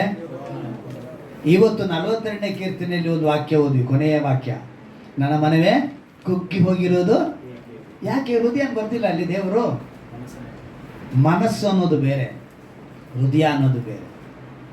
ಅದಕ್ಕೆ ನಿನ್ನ ಕರ್ತನ ಯೆಹೋವನನ್ನು ಹೆಂಗೆ ಪೂಜಿಸಬೇಕಂದ್ರೆ ಪೂರ್ಣ ಮನಸ್ಸಿನಿಂದಲೂ, ಪೂರ್ಣ ಶಕ್ತಿಯಿಂದಲೂ, ಪೂರ್ಣ ಬಲದಿಂದಲೂ, ಪೂರ್ಣ ಹೃದಯದಿಂದಲೂ. ಮನಸ್ಸಿರಬೇಕು, ಮನಸ್ಸಿನ ಮೇಲೆ. ಅದಕ್ಕೇ ದೇವರು ನಮ್ಮೊಂದಿಗೆ ಮನಸ್ಸಿನೊಂದಿಗೆ ಮಾಡ್ತಾರೆ. ಅಂತರ್ಯ ಮನುಷ್ಯನು ಹೊಸದಾಗಬೇಕು. ಪೇತ್ರನು ನೋಹನ ಕಾಲದನ್ನು ಬರೀತಾನೆ. ಎಲ್ಲಿ? ತನ್ನ ಅಧ್ಯಾಯದಲ್ಲಿ 3ನೇ ಅಧ್ಯಾಯದಲ್ಲಿ 19ನೇ ವಾಕ್ಯ 20ನೇ ವಾಕ್ಯದಲ್ಲಿ ಹೇಳ್ತಾನೆ. ಅವನು ಹೇಳ್ತಾನೆ, ಅಲ್ಲಿರುವಂಥ ಮನುಷ್ಯರಿಗೆ ದೇವರು ಆತ್ಮಸ್ವರೂಪನಾಗಿ ಏನಂತೆ ಅವಿಧೇಯರಾದವರ ಬಳಿಯಲ್ಲಿ ಹೋಗಿ ಮಾತನಾಡ್ದ ಅಂತೇಳಿ. ಅಂದರೆ ಅವ್ರಿಗೆ ಮನಸ್ಸಾಕ್ಷಿ ಮೂಲಕ ಅವ್ರು ಮಾತಾಡಿದ್ರೆ ಯಾರೂ ಕೇಳಲಿಲ್ಲ. ನೋಹನ ಕಟ್ತಾ ಇದ್ದಾನೆ, ಇವನು ಹುಚ್ಚ ಅಂತ ಅಂದ್ಕೊಂಡ್ರು, ಅವನ ಕುಟುಂಬ ನೋಡಿ ಹುಚ್ಚ ಅಂತ ಅಂದ್ಕೊಂಡ್ರು, ಅವನ ಮಾತಿಗೆ ಅವ್ರ ಬೆಲೆನೇ ಕೊಡಲಿಲ್ಲ. ಆಗ ದೇವ್ರು ಏನು ಮಾಡಿದ್ರು, ಅವರ ಮನಸ್ಸಾಕ್ಷಿ ಅವಿಧೇಯರಾಗಿರುವಂಥ ಇವರ ಬಳಿ ಹೋಗಿ ಅವ್ರು ಮಾತನಾಡ್ತಾರೆ. ಸತ್ತು ಹೋದಂಥ ಪರಿಸ್ಥಿತಿಯಲ್ಲಿ ಇದ್ರು ಅವರು, ಪಾಪದಲ್ಲಿ ಬಿದ್ದು ಸತ್ತು ಹೋದಂಥ ಅವಿಧೇಯರಾಗಿದ್ರು. ಅವರೊಂದಿಗೆ ಮಾತನಾಡಿದ್ರು ಕೂಡ ಅವ್ರು ಯಾರು ಅಂಗೀಕರಿಸಲಿಲ್ಲ. ಕೊನೆಗೆ ನಾಶನೇ ಬಂತು. ಯೇಸುವನ್ನು ಶಿಲುಬೆಗೆ ಹಾಕಿಸುವಾಗ ಒಂದು ಘಟನೆ ನಡೆಯುತ್ತೆ. ಪಿಲಾತನ ಹೆಂಡತಿ, ಪಿಲಾತನು ಕೈ ತೊಳೆಯೋದಕ್ಕೆ ಮುಂಚೆ ಒಂದು ಕಾರ್ಯ ನಡೆಯುತ್ತೆ.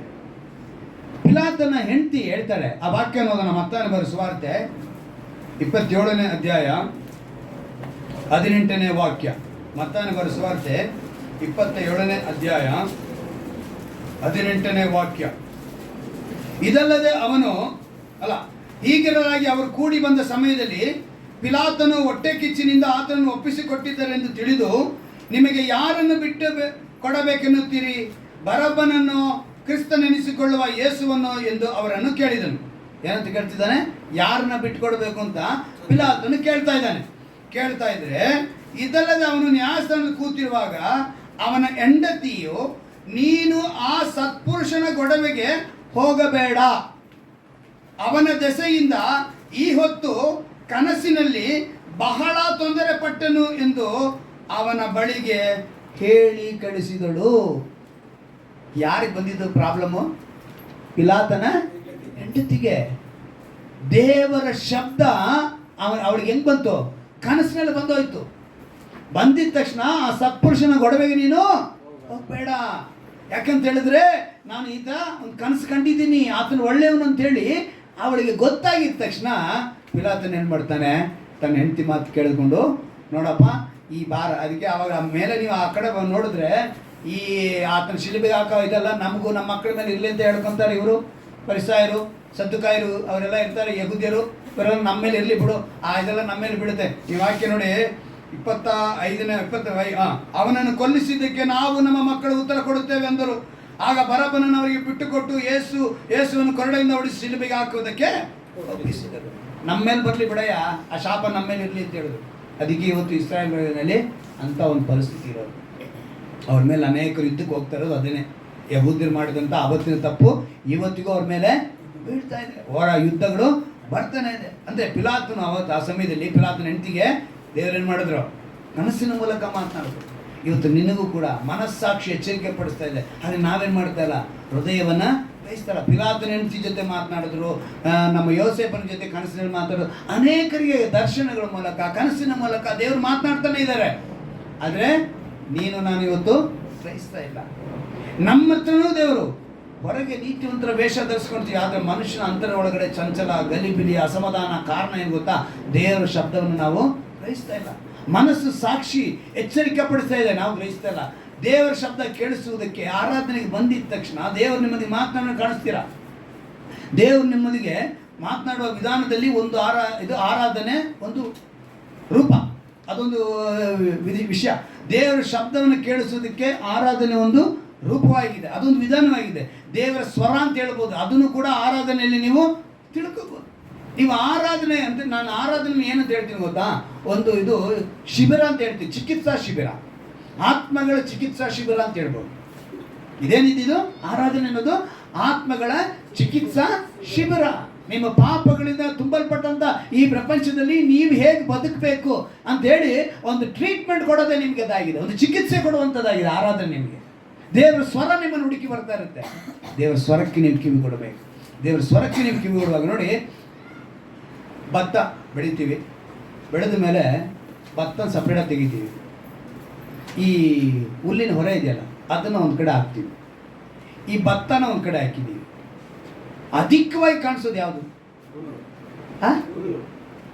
ಇವತ್ತು ಆ ಥರ ತುಂಬ ಇದ್ದಾರೆ, ಆ ಥರನೇ ಸಭೆಗಳು ಇದೆ. ಇಲ್ಲಿ ಭತ್ತ ಎಷ್ಟಿರೋದು?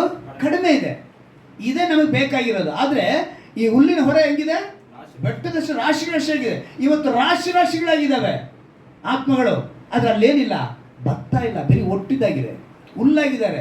ದೇವರು ಹೇಳ್ತಾರೆ, ಅವರು ಬರುವಾಗ ಬೆಂಕಿ ಬಿದ್ದಾಗ ಯಾವುದು ಹುಲ್ಲು ಸುಟ್ಟೋಗುತ್ತೆ, ದಹಿಸಿ ಹೋಗುತ್ತೆ ಅಂತ ಹೇಳ್ತಾರೆ ದೇವರು. ನೀವು ಒಂದು ಕೊರತಿಲ್ಲ ಆ ವಾಕ್ಯನ ನೀವು ಗಮನಿಸ್ಬೋದು. ಹಾಗೆ ಇವತ್ತು ನಾವು ಏನಾಗಿದ್ದೀವಿ? ನಾವು ಭತ್ತವಾಗಿದ್ದೀವ ಅಥವಾ ಹುಲ್ಲಾಗಿದ್ದೀವ? ದೇವರ ಶಬ್ದವನ್ನು ಕೇಳಿಸ್ಬೇಕು. ಅವ್ರು ಬಾಗಿಲಲ್ಲಿ ನಿಂತ್ಕೊಂಡು ತಡ್ತಾ ಇದ್ದಾರೆ. ನೀವು ಆ ಮಾತನ್ನ ಗ್ರಹಿಸ್ಕೊಂಡ್ಬಿಟ್ರೆ, ನಮ್ಗೆ ಅದು ತಿಳಿದಿದ್ರೆ ಮಹಿಮೆಯ ದೇವ್ರನ್ನ ಶಿಲುಬೆಗೆ ಹಾಕಿಸ್ತಾ ಇರಲಿಲ್ಲ.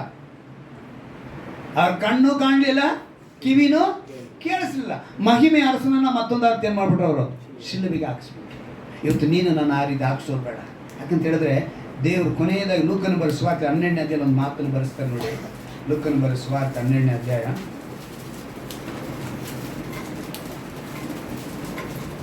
35ನೇ ವಾಕ್ಯದಿಂದ ಓದ್ತೀನಿ, ಗಮನ ಇಟ್ಟು ಕೇಳಿ. ನಿಮ್ಮ ನಡುಗಳು ಕಟ್ಟಿರಲಿ, ನಿಮ್ಮ ದೀವಟಿಗೆಗಳು ಉರಿಯುತ್ತಾ ಇರಲಿ. ನೀವಂತೂ ತಮ್ಮ ಯಜಮಾನನು ಬಂದು ತಟ್ಟಿದ ಕೂಡಲೇ ಕದವನ್ನು ತೆರೆಯುವುದಕ್ಕೆ ಸಿದ್ಧವಾಗಿದ್ದು. ಯಜಮಾನ ಬಂದು ತಟ್ಟಿದ ತಕ್ಷಣ ನಾವೇನಾಗಿರ್ಬೇಕು? ಸಿದ್ಧರಾಗಿರ್ಬೇಕು. ನಾನು ಅದಕ್ಕೆ ಹೇಳ್ತೀನಿ, ಆರಾಧನೆಗೆ ಬರೋದಕ್ಕೆ ಮುಂಚೆ ಇಲ್ಲಿ ಹಾಡು ಹೇಳಬೇಕಾ? ಆ ಹಾಡನ್ನ ನೀವು ಮನೇಲಿ ಪ್ರಾಕ್ಟೀಸ್ ಮಾಡಬೇಕು. ಇಲ್ಲಿ ನಾವೊಂದು ವಾಕ್ಯನ ಹಂಚಿಕೊಳ್ಳಬೇಕಾದ್ರೆ ಒಂದು ವಾರದ ಸಿದ್ಧತೆಯೊಂದಿಗೆ ನಾನು ಬರ್ತೀನಿ. ಯಾಕಂದ್ರೆ ಹೇಳಿ ನಾನು ಕೆಲಸದ ಮಧ್ಯದಲ್ಲಿದ್ದೀನಿ, ನನಗೆ ಅನೇಕ ಹೋರಾಟಗಳಿದೆ, ಸುತ್ತಲೂ ನನಗೆ ಒಳ್ಳೆ ಪರಿಸರ ಇರಲ್ಲ, ಪರಿಸ್ಥಿತಿ ಇರಲ್ಲ. ಆದರೆ ಅವುಗಳ ನಡುವೆ ನಾನು ಇಷ್ಟು ಸಿದ್ಧತೆ ಮಾಡ್ಕೊಂಬಂದಿದ್ದೀನಿ ವಾಕ್ಯ ದೇವರು ಹಂಚೋದಕ್ಕೆ ಸಾಧ್ಯ. ನನ್ನೊಳಗೆ ಅದೇ ಹೇಳಿದ್ನಲ್ಲ, ಪಾತ್ರೆ ಒಳಗಿದ್ರೇ ಹೊರಗೆ ಬರೋದಕ್ಕೆ ಅಲ್ವಾ. ಸೌಟ್ ಹಾಕಿದ್ರೆ ಏನು ಬರಬೇಕು? ಅನ್ನ ಬರಬೇಕು ಅಂದರೆ ಅನ್ನ ನಾನು ಬೇಯಿಸಿರಬೇಕು. ಅನ್ನ ಬೇಯಿಸಿದ್ರೇ ನಿಮ್ಗೆ ಅನ್ನ ತೆಗೆದ್ರೆ ಬರೋದು. ಆ ರೀತಿ ಇಲ್ಲಿ ದೇವರು ನಮಗೆ ಮಾತನಾಡಬೇಕು ಅಂದರೆ ನಾವೇನಾಗಿರ್ಬೇಕು? ಸಿದ್ಧರಾಗಿರಬೇಕು. ಸಿದ್ಧವಾಗಿ ಬರಬೇಕು. ಅದಕ್ಕೆ ಹೇಳ್ತಾರೆ, ಮದುವೆ ಊಟವನ್ನು ಯಾವಾಗ ತೀರಿಸಿಕೊಂಡು ಬರುವನು ಎಂದು ಅವನನ್ನು ಎದುರು ನೋಡುತ್ತಿರುವ ಮನುಷ್ಯರಂತೀರಿ. ಯಜಮಾನನು ಬಂದು ಯಾವ ಯಾವ ಆಳುಗಳು ಎಚ್ಚರವಾಗಿರುವುದನ್ನು ಕಂಡುಕೊಳ್ಳುವನೋ ಆ ಆಳುಗಳಿಗೆ ಧನ್ಯರು. ಆತನೇ ನಡುಕಟ್ಟಿಕೊಂಡು ಅವರನ್ನು ಊಟಕ್ಕೆ ಕೂಡಿಸಿ ಹತ್ತಿರಕ್ಕೆ ಬಂದು ಅವರಿಗೆ ಸೇವೆ ಮಾಡುವನು. ನಿಮ್ಮ ಹತ್ತಿರಕ್ಕೆ ಬಂದು ನಿಮ್ಗೆ ಸೇವೆ ಮಾಡ್ತಾರೆ. ಯಾಕೆ? ಎಚ್ಚರವಾಗಿದ್ರಿ, ಆತನ ಶಬ್ದನ ತಿಳ್ಕೊಂಡ್ರಿ. ನಿಮ್ಮ ಜೊತೆ ಅವ್ರು ಏನು ಮಾಡ್ತಿದ್ದಾರೆ? ಊಟ ಮಾಡ್ತಿದ್ರೆ. ಎರಡನೇ ಜಾವದಲ್ಲಿ ಆಗಲಿ ಮೂರನೇ ಜಾವದಲ್ಲಿ ಆಗಲಿ ಬಂದಾತನಿಗೆ ಆಕೆ ಕಾಣಿಸಿಕೊಂಡವರು ಧನ್ಯರು. ಕಳ್ಳನು ಬರುವ ಗಳಿಗೆಯು ಮನೆ ಯಜಮಾನನಿಗೆ ತಿಳಿದರೆ ಅವನು ಎಚ್ಚರವಾಗಿದ್ದು ತನ್ನ ಮನೆಗೆ ಕಣ್ಣು ಹಾಕಗೊಡಿಸುತ್ತಿಲ್ಲ ಎಂದು ತಿಳ್ಕೊಳ್ಳಿರಿ. ನೀವು ಸಹ ಸಿದ್ಧವಾಗಿರಿ, ನೀವು ನೆನೆಸದ ಗಳಿಗೆಯಲ್ಲಿ ಮನುಷ್ಯ ಕುಮಾರನು ಬರುತ್ತಾನೆ. ಹಲ್ಲೆಲೂಯಾ. ಒಂದೇ ಬರ್ತಾರೆ ಅಲ್ವಾ. ನಾವೇನು ಮಾಡಬೇಕು? ಇವಾಗ ನಮ್ಮ ಶಬ್ದ ಕೇಳಿಸ್ತಾ ಇದೆ, ವಾಕ್ಯದ ಮೂಲಕ ದೇವರು ನಿಮಗೆ ಮಾತಾಡ್ತೇನೆ. ನಾವೇನು ಮಾಡಬೇಕು? ಒಪ್ಪಿಸಿಕೊಡ್ಬೇಕು. ಅಂದರೆ ನೀವು ಸಿದ್ಧರಾಗಬೇಕು. ಮೊದಲನೇದಾಗಿ ಆತನು ತಟ್ತಾ ಇದ್ದಾನೆ ಅಂತ ಗಮನಿಸಬೇಕು. ಎರಡನೇದು ಶಬ್ದವನ್ನು ಕೇಳಿಸ್ಕೊಳ್ಬೇಕು. ಮೂರನೇದು ತೆರಿಬೇಕು, ಅವಕಾಶ ಕೊಡಬೇಕು. ನಾಲ್ಕನೇದು ಆತನು ನಿಮ್ಮೊಂದಿಗೆ ಊಟ ಮಾಡ್ತಾನೆ. ಐದನೇದು ನೀವು ಅವರೊಂದಿಗೆ ಊಟ ಮಾಡ್ತೀರ. ಆತನು ನಿಮ್ಮನ್ನು ಪ್ರೀತಿ ಮಾಡ್ತಾನೆ, ನೀವು ಅವ್ರನ್ನ ಪ್ರೀತಿ ಮಾಡ್ತೀರ. ಮೊಣಕಾಲಾಕಿ ದೇವರಿಗೆ ಅನುಭವ ಕೊಡಿ ಅಂತೇಳಿ ನಾವೆಲ್ಲ ಕೇಳೋಣ. ಎಲ್ಲ ಮೊಣಕಾಲಾಕಿ ದೇವರು ತನ್ನ ಶಬ್ದವನ್ನು ಕೇಳಿಸಿಕೊಂಡು ಪರಲೋಕ ರಾಜ್ಯಕ್ಕೆ ಸೇರಿಸುತ್ತಲು ತಟ್ಟುತ್ತಾ ಇರುವ ದೇವರಿಗೆ ಸ್ಥಳ ಕೊಡು. ಆತನೊಂದಿಗೆ ಊಟ ಮಾಡುವನು, ನೀನು ಅವರೊಂದಿಗೆ ಊಟ ಮಾಡುವನಾಗಿರ್ತೀವಿ. ಆದರೆ ನಾವು ತಿಳ್ಕೋಬೇಕು. ಇವತ್ತು ಎಚ್ಚರಿಕೆಯಿಂದ ನಾವು ಒಂದು ವಾಗ್ದಾನ ಕೊಟ್ಟಿದ್ದಾರೆ. ಈಗ ಬಾಗಿಲಲ್ಲಿ ನಿಂತುಕೊಂಡು ತಟ್ಟುತ್ತಾ ಇದ್ದೇನೆ, ಯಾವನಾದರೂ ಅಂತ ಹೇಳ್ತಾರೆ. ಎಲ್ಲರನ್ನ ದೇವರು ಕರೀತಾ ಇದ್ದಾರೆ. ಯಾವನಾದರೂ ನನ್ನ ಶಬ್ದವನ್ನು ಕೇಳಿ ಬಾಗಿಲನ್ನು ತೆರೆದರೆ ನಾನು ಒಳಗೆ ಬಂದು ಅವನ ಸಂಗಡ ಊಟ ಮಾಡುವೆನು, ಅವನೂ ನನ್ನ ಸಂಗಡ ಊಟ ಮಾಡುವನು ಅಂತ ಹೇಳಿದ್ದಾರೆ. ಆತನು ತಟ್ತಾ ಇರೋದನ್ನು ಗಮನಿಸು. ದೇವರು ತಟ್ತಾ ಇರೋದನ್ನು ಗಮನಿಸು. ಆತನ ಶಬ್ದವನ್ನು ಕೇಳಿಸಿಕೋ, ಗ್ರಹಿಸು. ತೆರೆದರೆ ಅವಕಾಶ ಕೊಡು. ಅವರೊಂದಿಗೆ ವಾಸ ಮಾಡೋದಕ್ಕೆ ಅವಕಾಶ ಕೊಡು. ಮನಸ್ಸು ಸಾಕ್ಷಿ ನುಡಿಯುತ್ತಾ ಇದೆ, ಅವರಿಗೆ ಅವಕಾಶ ಕೊಡು ಅಂತೇಳಿ. ಆದರೆ ಲೋಕ ಅವಕಾಶ ಕೊಡ್ತಿಲ್ಲ. ನೀನು ಲೋಕದ ಮಾತಿಗೆ ಬಿದ್ದು ಹೋದರೆ ಆತ ನಿನ್ನ ಸಂಗಡ ಊಟ ಮಾಡೋದಕ್ಕೆ ಸಾಧ್ಯವಿಲ್ಲ. ಆದರೆ ನೀನು ಮನಸ್ಸಾಕ್ಷಿಗೆ ಬೆಲೆ ಕೊಟ್ಟರೆ ಆತನ ಸಂಗಡ ಊಟ ಮಾಡುವುದು, ನೀನು ಆತನ ಸಂಗಡ ಊಟ ಮಾಡುವುದು ಅಂತ ಒಳ್ಳೆಯ ವಾಗ್ದಾನ ಕೊಟ್ಟಿದ್ದಾರೆ. ದೇವರ ಶಬ್ದವನ್ನ, ದೇವರು ಮಾತನಾಡುವ ದೇವರೆಂಬುದನ್ನ, ಆತನ ಸ್ವರವನ್ನ ಗ್ರಹಿಸು. ನೀನು ಗ್ರಹಿಸುವಾಗ ಆತ ನಿನ್ನೊಂದಿಗೆ ಯಾವ ಗಳಿಗೆಯಲ್ಲಿ ಬರ್ತಾರೋ ನಿನಗೆ ತಿಳಿಯೋದು. ಅದರಲ್ಲಿ ಸಿದ್ಧವಾಗಿರಬೇಕು. ಪರಲೋಕ ರಾಜ್ಯಕ್ಕೆ ನೀನು ಸಿದ್ಧವಾಗಬೇಕು. ಆತನ ಶಬ್ದವನ್ನು ಗ್ರಹಿಸು. ಹೌದು ಯೆಸಯ್ಯ, ಇಂದು ಕೇಳಿದ ವಾಕ್ಯದ ಪ್ರಕಾರ ಕರ್ತನೇ, ನೀನು ತಟ್ಟುತ್ತಾ ಇರೋದನ್ನು ನಾನು ಗಮನಿಸುತ್ತೇನೆಪ್ಪ. ನಿನ್ನ ಶಬ್ದವನ್ನು ನಾನು ಕೇಳಿಸಿಕೊಳ್ಳುತ್ತೇನೆ ಅಪ್ಪ. ಅವಕಾಶ ಕೊಡ್ತೇನೆಪ್ಪ. ನನ್ನೊಂದಿಗೆ ಊಟ ಮಾಡೋದಕ್ಕೆ ಅವಕಾಶ ಕೊಡ್ತೇನೆ. ನನ್ನೊಂದಿಗೆ ಊಟ ಮಾಡು, ನಾನು ನಿನ್ನೊಂದಿಗೆ ಊಟ ಮಾಡುವೆನು ಅಂತೇಳಿ ಯಾರ್ಯಾರು ಒಪ್ಪಿಸಿಕೊಡುತ್ತಿದ್ದಾರೋ ಅವರೆಲ್ಲರೊಂದಿಗೆ ದೇವರೇ, ಅಪೊಸ್ತಲನಾದ ಪೌಲನ ಮೂಲಕ ನೀನು ಕರ್ತನೇ ಅಪೊಸ್ತಲ ಕೃತ್ಯಗಳು ಹೇಳಿದ ವಾಕ್ಯದ ಪ್ರಕಾರ ನೀನು ಎಲ್ಲರಿಗೂ ಹತ್ತಿರವಾಗಿದೆಯಪ್ಪ. ದೂರವಾಗಿರುವ ದೇವರಲ್ಲಪ್ಪ, ನೀನು ಹತ್ತಿರವುಳ್ಳ ದೇವರು. ನೀನು ಹತ್ತಿರದಲ್ಲಿದ್ದೀಯಾ ಎಂಬುದನ್ನು ತಿಳಿದುಕೊಳ್ಳುವಂತೆ, ಅವರು ಅರಿತುಕೊಳ್ಳುವಂತೆ, ಗ್ರಹಿಸುವಂತೆ ನೀನು ಅವರನ್ನ ಮುಟ್ಟುವುದಕ್ಕಾಗಿ ಸ್ತೋತ್ರ. ವಾಕ್ಯದಿಂದ ಮಾತನಾಡಿದಕ್ಕಾಗಿ ಸ್ತೋತ್ರ ರಾಜ. ವಾಕ್ಯಕ್ಕೆ ಒಪ್ಪಿಸಿಕೊಟ್ಟಂತ ಪ್ರತಿಯೊಬ್ಬರನ್ನು ಕೂಡ ಕರ್ತನೆ, ಈ ವಾಗ್ದಾನದಿಂದ ಅವರನ್ನು ಬಲಪಡಿಸು, ಆಶೀರ್ವದಿಸು ರಾಜ. ನಿನ್ನ ಮಾತಿನಿಂದ ಅವರು ಆಶೀರ್ವಾದ, ನಿನ್ನ ಮಾತಿನಿಂದ ಅವರೊಂದು ಸ್ವಸ್ಥತೆ, ನಿನ್ನ ಮಾತಿನಿಂದ ಒಂದು ಬಿಡುಗಡೆ, ನಿನ್ನ ಮಾತಿನಿಂದ ಒಂದು ಆಶೀರ್ವಾದ ಯೇಸುವಿನ ನಾಮದಲ್ಲಿ ಉಂಟಾಗಲಿ ಅಂತ ನಾನು ಪ್ರಾರ್ಥಿಸ್ತೇನೆ. ಈ ತಿಂಗಳ ಪೂರ್ತಿಯಾಗಿ ಕರ್ತನೆ ಶುಭ ಕಾರ್ಯಗಳು ನಡೆಸುವವರಿಗೆ ಶುಭ ಕಾರ್ಯಗಳು ನೆರವೇರಲಿ. ಹುಟ್ಟಿದ ದಿವಸವನ್ನು ಆಚರಿಸುವವರಿಗೆ ಹುಟ್ಟಿದ ದಿವಸವನ್ನು ಆಶೀರ್ವಿಸಿಕೊಳ್ಳಿ. ಅದೇ ರೀತಿಯ ಕರ್ತನೆ ಮದುವೆಯ ದಿವಸಗಳಿದ್ರೆ ಮದುವೆಯ ದಿವಸಗಳು ಆಶೀರ್ವಿಸಿಕೊಳ್ಳಿ. ಈ ತಿಂಗಳು ಏನೇನು ಒಳ್ಳೆಯ ಕಾರ್ಯವನ್ನು ಮಾಡಬೇಕೆಂದು ಯಾರ್ಯಾರು ಪ್ರಯತ್ನ ಪಡುತ್ತಾರೋ ಈ ವಾಕ್ಯವನ್ನು ಅವರು ಯಾವುದೇ ಸಮಯದಲ್ಲಿ ಕೇಳಲಿಕ್ಕೆ ಕರ್ತನೆ ಈ ವಾಕ್ಯದ ಆಶೀರ್ವಾದ ಅವರಿಗೆ ಉಂಟಾಗಬೇಕನ್ನ ನಾನು ಪ್ರಾರ್ಥಿಸ್ತೇನೆ ರಾಜ. ಯಾಕಂದ್ರೆ ನೀನು ಅವರ ಸಂಗಡ ಊಟ ಮಾಡುತ್ತೀನಿ, ನಿನ್ನ ಮಾತು ಕೊಟ್ಟಿದ್ಯಾ ಕರ್ತನೆ. ನಿನ್ನ ಮಾತನ್ನು ನಂಬಿ ಕರ್ತನೆ ನಿನ್ನ ಬಳಿ ಬಂದಿದ್ದಾರಪ್ಪ, ನಿನ್ನ ಮಾತಿನ ಮೇಲೆ ವಿಶ್ವಾಸವಿಟ್ಟಿದ್ದಾರಪ್ಪ. ಅವರ ಆಶೀರ್ವದಿಸು, ಬಲಪಡಿಸು. ನೀನು ಆ ರೀತಿ ಮಾಡೋದಕ್ಕಾಗಿ ಸ್ತೋತ್ರ. ನಮ್ಮ ರಕ್ಷಕನೂ ವಿಮೋಚಕನಾಗಿರುವ ಯೇಸು ಕ್ರಿಸ್ತನ ನಾಮದಲ್ಲಿ ಪ್ರಾರ್ಥಿಸಿ ಬೇಡಿ ಒಂದು ನನ್ನ ಜೀವನ ತಂದೆಯೇ. ಆಮೆನ್. ಹಲ್ಲೆಲೂಯಾ.